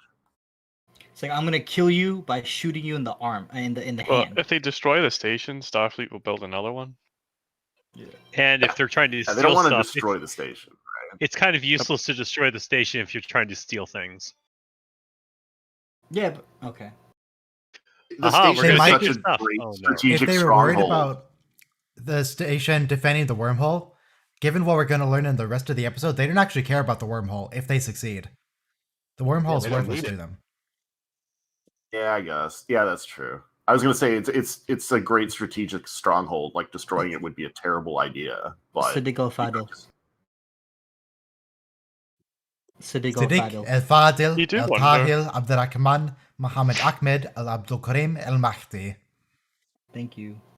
You do Siddiq. wonder why Starfleet haven't built like a gigantic megastructure around this wormhole by this point. I mean, Yeah. they did heavily upgrade the like- station. It like takes on a whole fleet by I itself. mean, like the iris on the Stargate. yeah. Brown man. Yeah, no, you're right though. They should have started building a Federation starbase like in front of that wormhole. Like They could just have another station there. Just Yeah. 2 stations. yeah, I mean, this is Bajoran space, so they would need their permission. true. True, Yeah. true, true. Oh, Jeffrey Combs as They Weyoun. need my Yes. permission to do that. Yeah. True, true, true. Even the station is joint administration of Starfleet and Bajorans. So Yeah. the duration of the he's- series now. Whenever you see his name in the opening credits, Jeffrey Combs is Weyoun. You do a little cheer inside. Everybody loves Jeffrey Combs as anything, really. But Weyoun's pretty Yeah, great. he's fantastic. yeah, but my favorite is when he's with the founder, the female founder especially, because he takes all the abuse. He's like, "Of course, founder.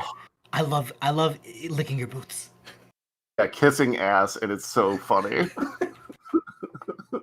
It's like, Episode founder, directed by LeVar Burton. founder, didn't you promise me Earth? I promised the Breen Earth, and I will do whatever I have to do to win this war. Of course, Your Excellency. You are what you are. A loyal subject of the Dominion. I also I've really like the tweeted way the Jeffrey female Combs changeling a few just times. pronounces Dominion. It's all theatric about it, like Dominion. Dominion. Dominion. Yes, you're directed right. directed by LeVar Burton. There it is. Lamar Barton. Hey, LeVar, what's going Oh. on? Protocol hey, 5. It's a lot of. You don't have to take my word for it. Top.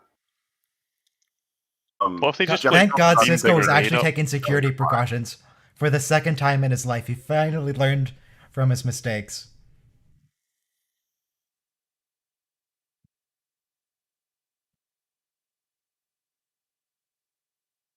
Ladies and gentlemen, Clarence Williams III. As Yeah. Ometaclon. Ometaclon. Good. Oh, there's Weyoun. He brought his luggage and his weird crispy hair. They call Odo the traitor here. Yeah, they haven't really fully cemented in the relationship of the founders to the other cast. The Jem'Hadar and the Vorta.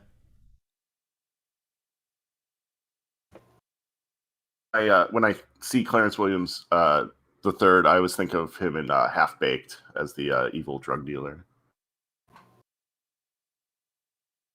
Oh, hey, I recognize that guy in the background behind Weyoun. That's the Jem'Hadar that is 6 years old. I remember him. An honored elder. We also Toss get them on. Massive Jaw Jem'Hadar in this episode. Oh, do we? Sounds someone that plays the Andorian on that Enterprise. Yeah. And Yeah, I will never yeah, forgive Jeff- the studio for deriving us of Enterprise Season 5, which would have had Shran as a regular. I'm right Graham. there with you. He was my favorite character on that series. Yeah. I just love they got Brian Thompson on this for one of the Vorta on the right. One of the first people killed by the Terminator. Oh and yeah, he was in oh goodness, what was that episode? Basically, when Quark meets the Dosai. Rules of Acquisition. Give me a second, I'm pulling the image too. I remember him Yeah, as the that's- Dozai for sure. He That's was what I talking about the with Tuberberry big wine. jaw guy. Oh, okay. And if we could Yeah, just he's pan one of the over guys to the who go past Jem'Hadar into again so I can look the for sort of Brian Terminator. Thompson, that'd be great. But they're not actually in the room, I don't think. If we could cut to the Jem'Hadar again so I can look for Brian Thompson, that'd be great. Oh, you'll see Come on, him. LeVar. He has a conflict with Worf in this episode. Okay. Is he going to be executed by Ometaclon? Is he that guy? Yep. That's him. Okay. This guy works, man. He's got a long IMDb list here. Mm-hmm. It's the jaw. He's very distinctive. Everybody Yeah, loves he's him. got 3 a- episodes of Enterprise. He plays Admiral Valdor in Enterprise in 3 eps. Right. Yeah, He's in Romulan the guy. season 4 arc about the Romulan hologram ship. Yeah, the drone. He was in Generations. He played a Klingon helmsman. Okay. He was on at TNG. He played Second Officer Clegg in A Matter of Honor. Yes. That's the Riker exchange episode. He has a fight with Riker, then they're best friends, and then basically Weapons Officer Clang is the tour guide for Riker after that. This guy was in the Stallone movie Cobra. He's in Mortal Kombat Annihilation. This guy's awesome. I talk a lot about his big job, but he is actually pretty good at his job, just in general. No, I mean that gets you cast, but you have to actually do a good job to keep getting work. So yeah, they're trying to open an Iconian gateway, in which case they don't care about the wormhole or the station. They can go anywhere they want. No issue. Takeover of the Dominion in less than a year, which doesn't really jive with what we learn about the Jem'Hadar later. They view the founders as gods, and they wouldn't do that. Also, you'll notice later in the episode that the evil Jem'Hadar conveniently wear a slightly different colored vest so that we know who's good and evil in the fight. Convenient. Though, actually, I tend to think that the Jem'Hadar we're going to kill are the good Jem'Hadar.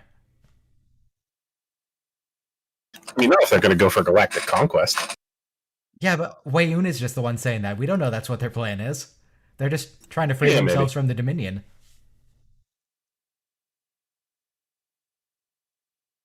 You're not saying Weyoun would lie, are you? No, Weyoun would never lie to us. Never. Yeah, at the beginning of this conversation, he promises Cisco absolute control of the Federation. Needs to work on his psychological profile. Yeah. 2,000 years, okay. Into dust. So they've been a massive spacefaring empire for at least 2,000 years, and they're still only a little bit ahead of the Federation on technology. Really slowing down there, guys. Well, same thing with the Romulans, with the Klingons, with the Ferengi. I guess humans are just the special ones who advanced really, really fast, which is actually a conversation in Enterprise, where the Vulcans are scared of the humans because they just advance too quickly. I like that the Vulcans also admit that part of the reason they're scared of humans is because they remind them of themselves. Yeah. Before they embrace logic and nearly destroy themselves. And they Can't admit get that over how moment. good Jeffrey Combs' performance is. They admit that moments before they kill off one of my favorite Enterprise characters too. Yeah. Poor Animal Forest. Actually, I think Poor guy. they, given their arc, I think they actually advanced faster than the Borg. I mean, Well, I think they a lot of the eventually beat the groundwork Borg, is so there yeah. already. So, like, a lot of races, well, a lot of the basic starter tech, let's say, was essentially taken from the Vulcans. And then humans just improved on it. So if it wasn't for all those other species being around already, they wouldn't have advanced this quickly. Which is basically just the concept of the Federation in general. Yeah. Scientific advancement and exploration. Dreams are always about honor. Yep. That's why their technology was borrowed from the Romulans. I mean, at You least don't for the have to- Ferengi, the speed of technological advancement, it's not nearly as important as short-term quarterly gains. Who cares about that? You know, I was in a summer camp for children. I was like one of the older kids at like 15. But we had to write a story. And I wrote a story, watching DS9 at this point, I wrote a story about a race of aliens who controlled an army of soldiers with drugs, and the camp counselor told me that's not appropriate to write for summer camp. What does the camp counselor have man. against the Jem'Hadar? It's like, but that it's a really messed up thing to put on TV, actually, because you even see the tube of Ketracel White going into their veins all the time. Right now. So dark, and it works as a parable for lots of things, including the crack outbreak in black communities in the 80s and 90s. And also in Encounter at Farpoint, they have human soldiers from the past being controlled with drugs. Right. Q shows that. Yep. And look, you even see the Ketracel White sipping right now. Like, it's going into him. Like, they're being pumped and Tasty testy. This is hard sci-fi. Yeah.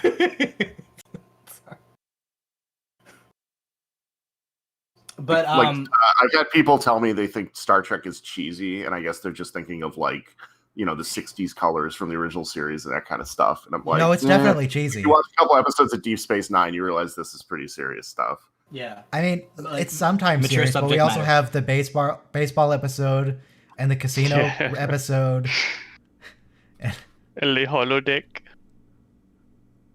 Vic Fontaine, the singer, who also exists as an entity in an alternate universe. Vic Fontaine is a legend, though. Yes. But we have the lady that sucks people's creative energy out of them and kills them by nosebleeds. Deep Space Nine is mature subject matter advised.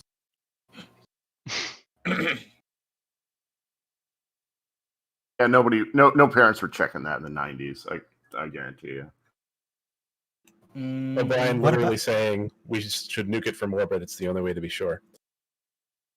I mean, it doesn't matter if it's solid neutronium. Just destroy the ground underneath it until it ends up in the planet's core. Easy. There's ways here. Or beam it off of the planet. When we go see the Founders a while ago, or was it a while ago, when Garrick and Worf are there, it's like, we could destroy this planet into a smoking cinder with the weapons on board the Defiant. Just blow it up. That hasn't happened yet. It will happen. Oh, I love that moment with Jeff, with Weyoun.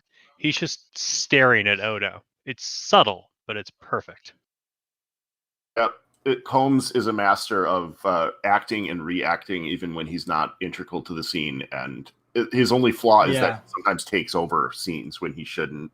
You know, ever seen Reanimator, he's not the hero. He's not even the primary bad guy. He's just sort of an odd, evil-ish side character, but he totally owns that movie. And it's like, you bring an actor like that into a show like this, it could be problematic, but fortunately they're able to kind of write it that way. There he is. That guy has a massive jaw. That is Brian Thompson for sure. Mm-hmm. You can even tell from his eyes. I couldn't even hear his voice or anything. Just through the makeup, 100% Brian Thompson. Yeah, and he probably got, a lot of jobs early because he's big and kind of, bulky, but with the jaw. But, I mean, he's a good actor. Oh, yeah. It's very intense here. That's what Klingons say. Can we understand? Maybe it's an attack for now. So this episode establishes Klingons and Jem'Hadar are equally strong. Okay. Well, I mean, we also established all the time that Klingons and anyone else must be equal. So. I mean, anytime you need to show someone's strength, they beat up a Klingon. That's basically what happens. Mm-hmm. And this is a scene that's deliberately intended to confuse the audience for a few minutes. Why they're suddenly staging a coup against the Jem'Hadar on their ship. Come back from commercial break with this. It's like, did we miss a scene? Did they cut out something for an ad break? What's happening? Jem'Hadar have the slowest reaction times. The Jem'Hadar also have terrible combat tactics, where their main strategy is they have guns and they go and try to bludgeon people with their gun. Yeah. They go into battle to reclaim their life. Well, they're not trying that hard to reclaim their life. That means beating someone over the head with your gun, Go for it. Plot armor that will protect them. Why even give them guns? Just give them batons. Let's. There we go. Mm. Well, not really. Psych. Made you look.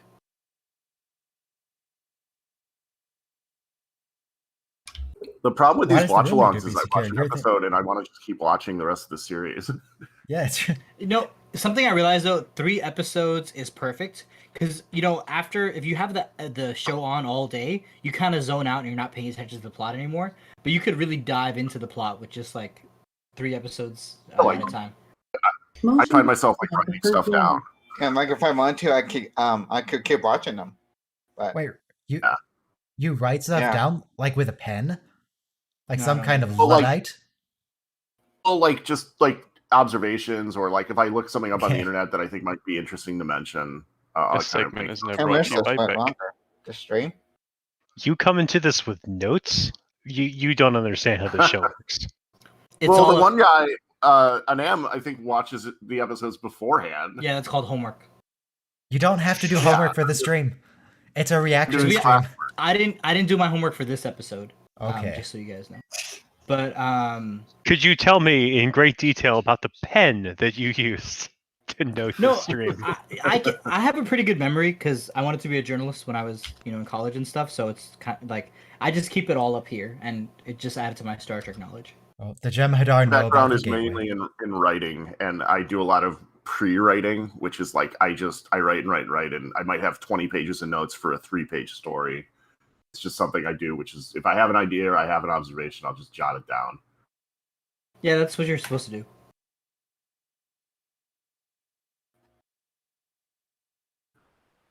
Box of like cocktail napkins with weird ideas on it. They got that thing always pumping. It's so gross. Yep. But I mean, they need it. It's tasty. It's Ketracel White. How is it Very always important. pumping? But the vials they get are so small. Yeah. Yeah, Yeah. maybe it's like diluted. I don't know. Hmm. They establish that. But battle wise, it's pretty bad to have something sticking out of your neck that someone could just pull out.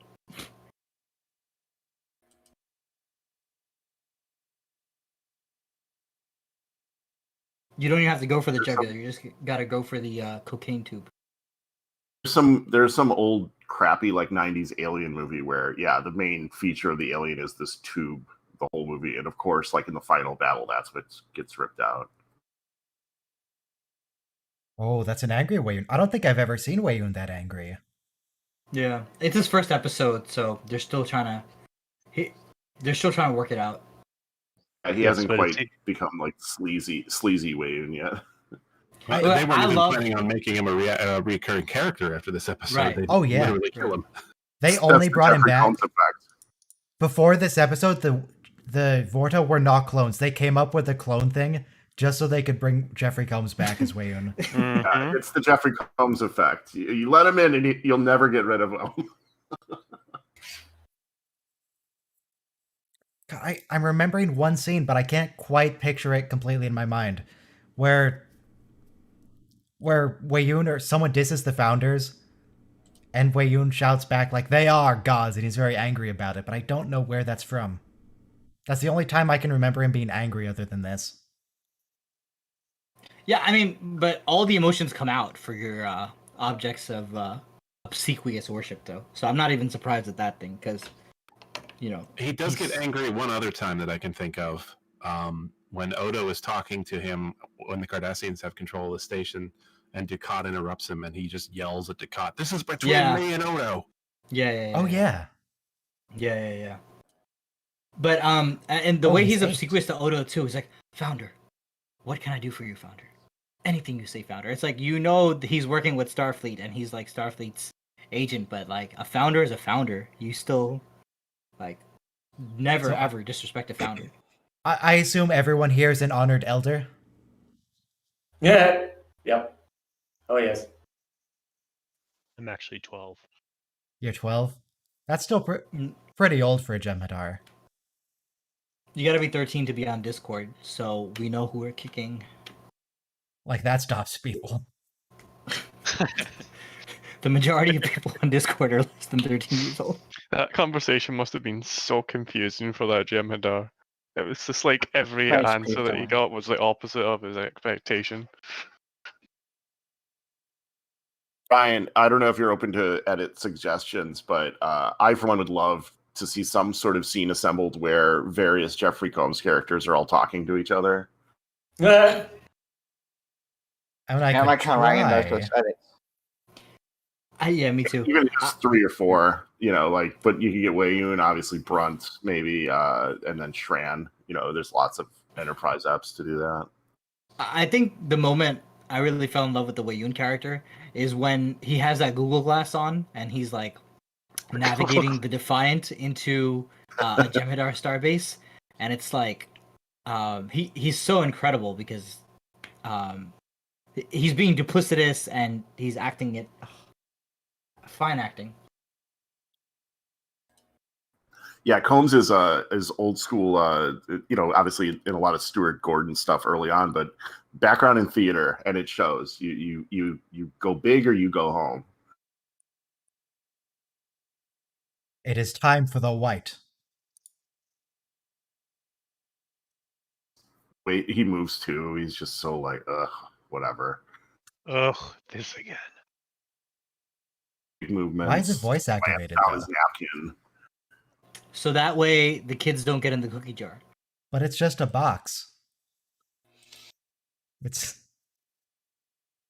There's so many ways this could be a very boring scene, and it's definitely not that. And you even see how it's slightly below angle, like.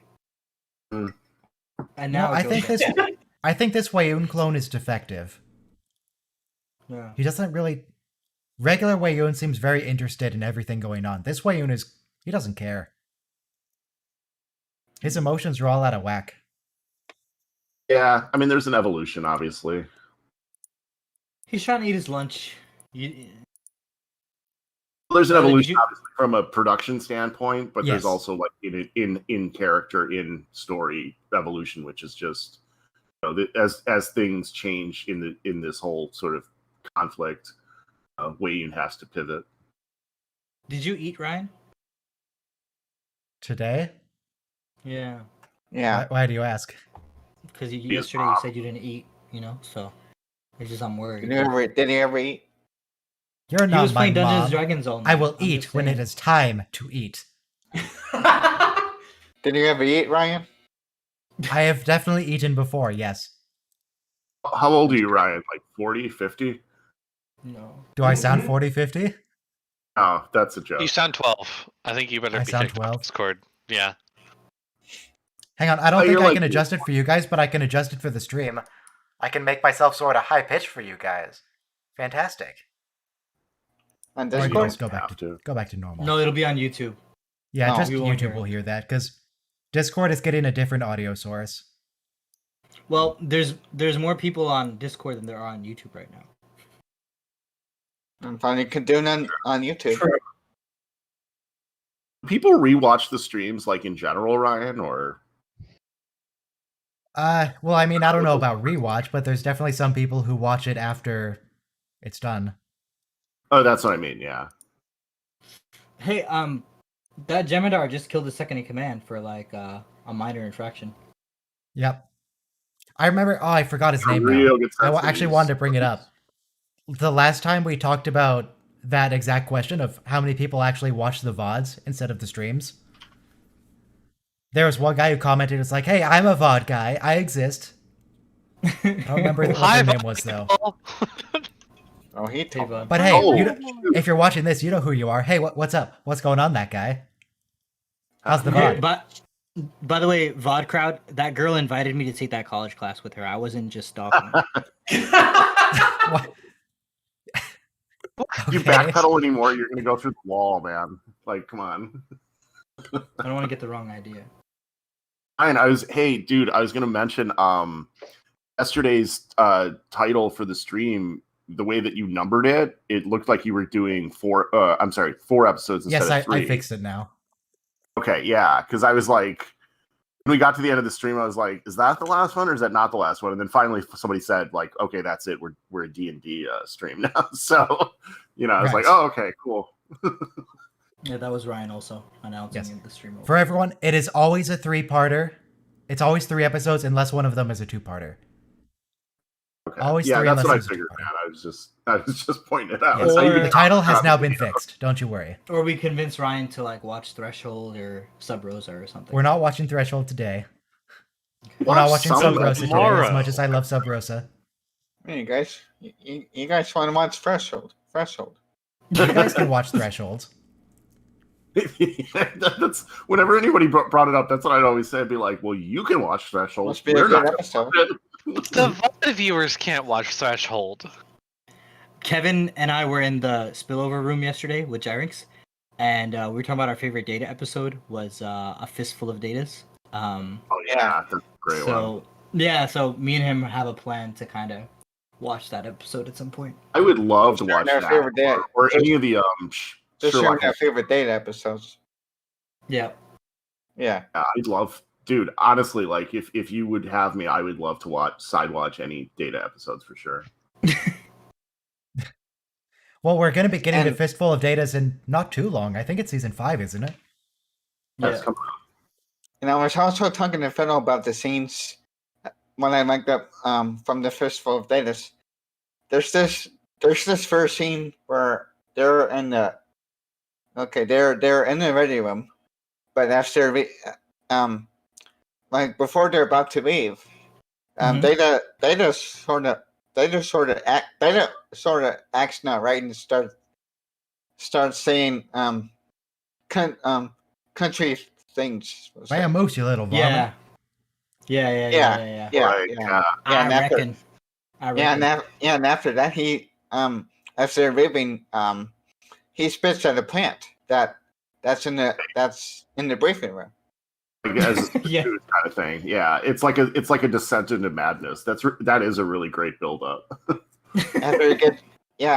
after it gets to engineering, and so this is when they get to the engineering. So they're in engineering, and when the captain walks in, Captain Picard, when he walks in, and starts asking how you doing. No, I'm sorry, that's Commander Riker. When Commander Riker asks Data how he's doing, he's like,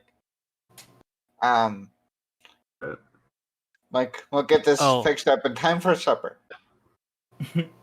Let me look up never the good when transcript, 'cause now I wanna love remind these myself of shots. In Time for This Supper. is- I definitely. This is very zoomed in. Like, wow. Yeah, I can see I was gonna say the like super close ups. Yeah. I can see the mask where It's it's called- meeting yeah. his mutt. I can see It's the called- pores in the pores. It's called an extreme close-up in film. Yeah, Language. yeah, and I think Burton overdid it with that because even in standard No. def, you definitely see the makeup. But the thing is though that you see the obsequiousness because he says, "Are you ready to return home?" Odo says, "I'm ready to end the conversation," and he just looks down and smiles. It's like nothing you can do can make me unhappy, Founder. I'm always happy. I live to serve you. And you're really letting the actors carry the scene. I mean, you have two sort of very theatrical actors, Renee Auberjonois, sort of more classically trained theatrical, and Jeffrey Combs, Midwestern alt theater guy, but definitely someone who knows how to build a scene just through his expressions. The Weyoun sad smile is just so great. It's like, I've disappointed you, Founder, but I'm so happy I still get to be your lapling. Jeffrey Combs is one of my favorite actors of all time, and there's a reason for it, which is he can do so much. Yeah, the Dominion War would have been garbage without Weyoun. No offense. It adds a very interesting wrinkle to the whole storyline. Yeah. I only have one negative comment about Jeffrey Combs. Just one. Everything else about him is amazing. On stream, this mustache doesn't work. Get rid of the mustache, Jeffrey. Wait. Give me. Yeah, I'm with you. I watched a Netflix movie called Would You Rather with him in it, and he has that ridiculous mustache in it, and it's the worst thing about the movie. I can't imagine him without the mustache. I don't like him with the mustache. He's, I If you like watch, him the way he is. I like him the way he you watch is. like Beyond Reanimator, where he's older, but no mustache. He still is sort of like a traditionally kind of leading man-ish kind of looking guy. Is he? Obsequious is a good word. The right role. To me, For he doesn't really Weyoun. look like. He doesn't look like the lead to me. If that makes sense. He looks like and he often doesn't, but he can kind of fake it if he needs to. I think is kind of the point I'm making. Like the reason he's been successful as an actor is that he is kind of versatile and able to kind of inhabit his characters. But one of those is he can be just a normal guy if he has to. So, I'm not asking. I'm going Jeffrey Combs podcast. I guess I am asking to kind of spoil the episode. Was the whole point of this Jem'Hadar rogue hunting thing just to tell Odo that they still love you back home and come back and join us, your founder friends? Nah, it's just taking the opportunity while they have Odo there. Oh, okay. Because the founders would do something like that, like kill 36 Jem'Hadar just to send Odo a message. Yeah, secretly. they kill half of Jem'Hadar to get Odo back. Yeah. I do like how the founder follows through. She says, like, I would give up the entire Alpha Quadrant just to have Odo home. And at the very end, she does. It ends the war because Odo agreed to go home. Otherwise, she was going to just murder every single Cardassian there until every I forgot Jem'Hadar about was that. dead. Diplomacy Totally is forgot. so. So Odo could have just stopped the war and saved millions of lives if he just went home. Could have averted the whole war. Yeah, but I mean, if you want to Billion get like wouldn't work. theological or philosophical, what is the cost of one man's dignity? I The don't know. needs of the many outweigh the Yeah, needs of the few or the Yeah. one. You still got to make Odo that never choice for would've gotten yourself, that. though. Right? Yeah, free will. Yeah, Odo never would have gotten in that radiation chamber. Yeah. To be fair to I the mean, as situation, much as characters say in Star Trek, the needs of the many outweigh the needs of the few, every time they say it, the entire point of the episode is showing that nobody actually does that.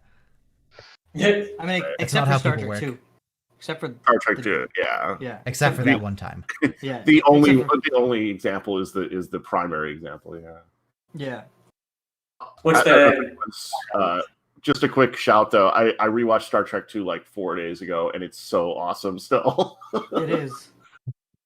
But so I was watching the making of Star Trek 2, and I think Nicholas Meyer was the director. But they were talking about how the movie ended with just Spock's funeral, and then when they showed that to the test audience, everybody was walking out like it was a funeral. So the studio was like, "Yeah, we can't have everybody like bummed out as they leave the theater." So they insert the last scene of like the coffin on the planet Genesis and everything, just to give you some hope. But it's very interesting how film works that way. Like, you want to tell a story, but you also have to kind of leave the audience on like a positive note. It can't just be like death written on your face. I don't know if you. Well, that was the thing, which is Nimoy wanted to be done with it, and they basically that was their out. It was very similar to what happened with Harrison Ford in the original Star Wars trilogy. Yeah. Like Some kind of dampening field. Like 2 or 3 weeks ago, I was watching 2 Star Trek TNG episodes that I really like. One was about the time shifting. Where the ship kept getting caught in the repeating time loop, causing it to blow up. Yeah, cause and effect, right? Yeah, cause and effect. And I was also watching one called The Next Phase, where Jordy and Ro got they phased become on their Romulan ship. Mm-hmm. That's a And everything's frozen in time, or like really yeah, slow they in have time. to they have to like run it back and then rerun it to figure out what happened. Yeah. Yeah. Troy too. Troy was part of that, and Picard too. I think at some point. Well, the one with Jordy and phase Ro things on is different than Oh, that was on the that time was where one. the ship got blown up. Yeah. them. Okay, sorry. That was on the cause and effect, where they were trying to figure everything out what was going on with the ship. Yeah, good episodes. So Yeah. are those Iconian swords? No, those are Gemini weapons. Those are- But this set, is this the? It almost reminds me of the cave when we meet the Jem'Hadar for the first time. Never mind. Oh But yeah, this is a building. Yeah, I can see that. Oh, Yeah. I just noticed. I saw Worf just sort of knocked his shoulder against the wall, and the wall very clearly gave. Yeah, Yeah. the set flimsiness is an issue when you do something like that. Roger Corman. Everyone only fights in the middle of the room. Yeah, don't run into the side of the wall here. Made of foam. Oh, there's Aldo. You ever saw I don't get why Worf carried him in as a bag. Like, why? Who knows? Yeah, It's not like like, Odo you can could've be just walked stabbed. in. Yeah. And Odo could have been slapping the Jem'Hadar all day. Yeah, yeah. Hey, he could have Look, been I need to also. He could have also been a Jem'Hadar clone. Right. Can you imagine that? I was gonna say, Oh, this he's isn't like, I need to Iconian. sleep for 30 more seconds, then I can come out. I guess like they wanted a battle and not like a slapstick routine. So why don't the phasers have a chemical backup? Are they saying like a regular gun would just work? Yeah, if they just brought a pistol, they'd be fine. I swear these Iconian gateways love France. Every Yeah. time. There's always yeah. the Eiffel Tower in the background. Both That- episodes. That's I'm pretty Starfleet sure I saw headquarters. Romulus in there somewhere. Excuse me. Billions not of Starfleet headquarters. planets. Federation headquarters. That's why they show the Eiffel Tower all the There it time. is. 'Cause Federation HQ is there. Oh, Well, it's, why yeah, does the gateway it's know back. that? Starfleet headquarters is in San Francisco. Federation headquarters is in Paris. Yes, the president Blood is on in her Paris. weapon. In the first might Iconian know episode, when they were showing scenes through the gateway, one of the scenes was actually Toronto City Hall, which is like a really futuristic looking building. But if you've been to Toronto, you recognize it immediately. It's funny. X had like blood on her weapon there. That was awesome.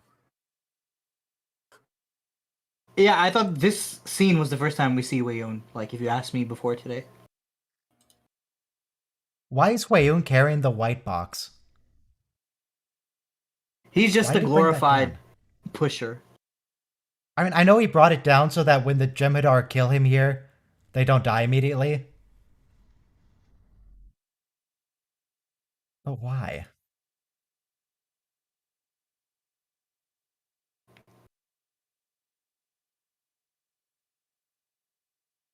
No, kill them. Kill them. Kill them all. No.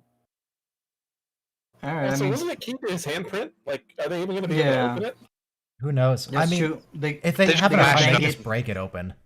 Yeah, I guess. I mean, very carefully though, because you don't want to break the glass vials that they had. Yeah.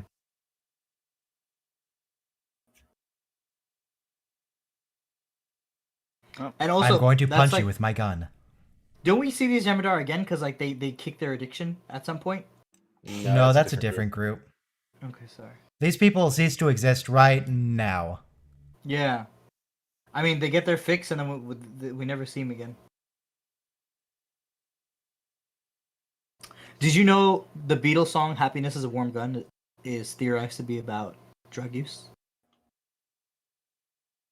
I don't know what song that is. I don't know nothing about the Beatles. Great episode with Weyoun. Okay, so for those who aren't aware, the actual show is over. Just so we know, there's not another episode coming after this. There's not a secret fourth episode. There's a secret fourth episode. It's called There's no Threshold. secret fourth. No. Jesus. Every Why time. was that so bad? So next week on Saturday is TNG, Half a Life, which is a very good Loxon episode. The Host, which is going to be completely retconned, and The Mind's Eye, which is that the Geordie Brainwash episode?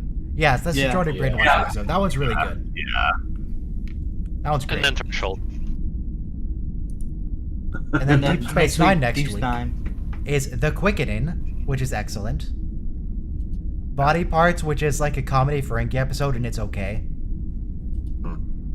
And Broken Link. I don't remember how Broken Link.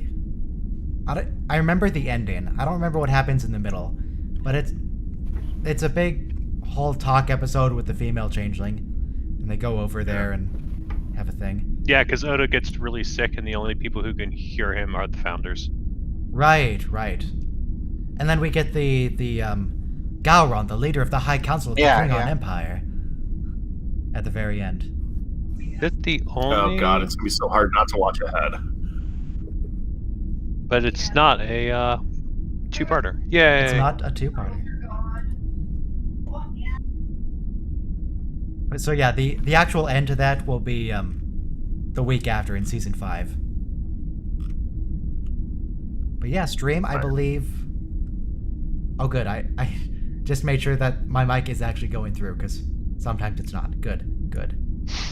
Just now. Did you ever hit 10 people in the voice chat on Discord Nope, today? I don't think you ever did. It was 9 today. Right. 9 all day. Yesterday was 13, so we could have used it yesterday, but you know, it changes. We had 8 on the first episode. Yeah. Yeah, and then once the mic showed up, then we were up to 9. Also, like half as many viewers today as yesterday, and usually it's about 30. Today it was like 13 to 15. Talking But that's to okay. my sister. It's cool. we didn't hear. Have you put together the schedule for D&D? The schedule. So, okay, people in the YouTube. Actually, you know what? I'm just gonna end the stream here, and we can talk in the voice chat about D&D. Have a great day, chat. They don't need to hear this. We love you, people. Aveda's in. Please like and subscribe. Remember to like, I'm not comment, part and of your subscribe. D&D thing, so I will say goodbye. Good hanging with you guys. Have a good one, brother. Goodbye, Okay. P-Felon. Nice having you. Don't forget to click the bell. Remember to click the bell and smash that like button. Smash that like button. Bye, Fiddle.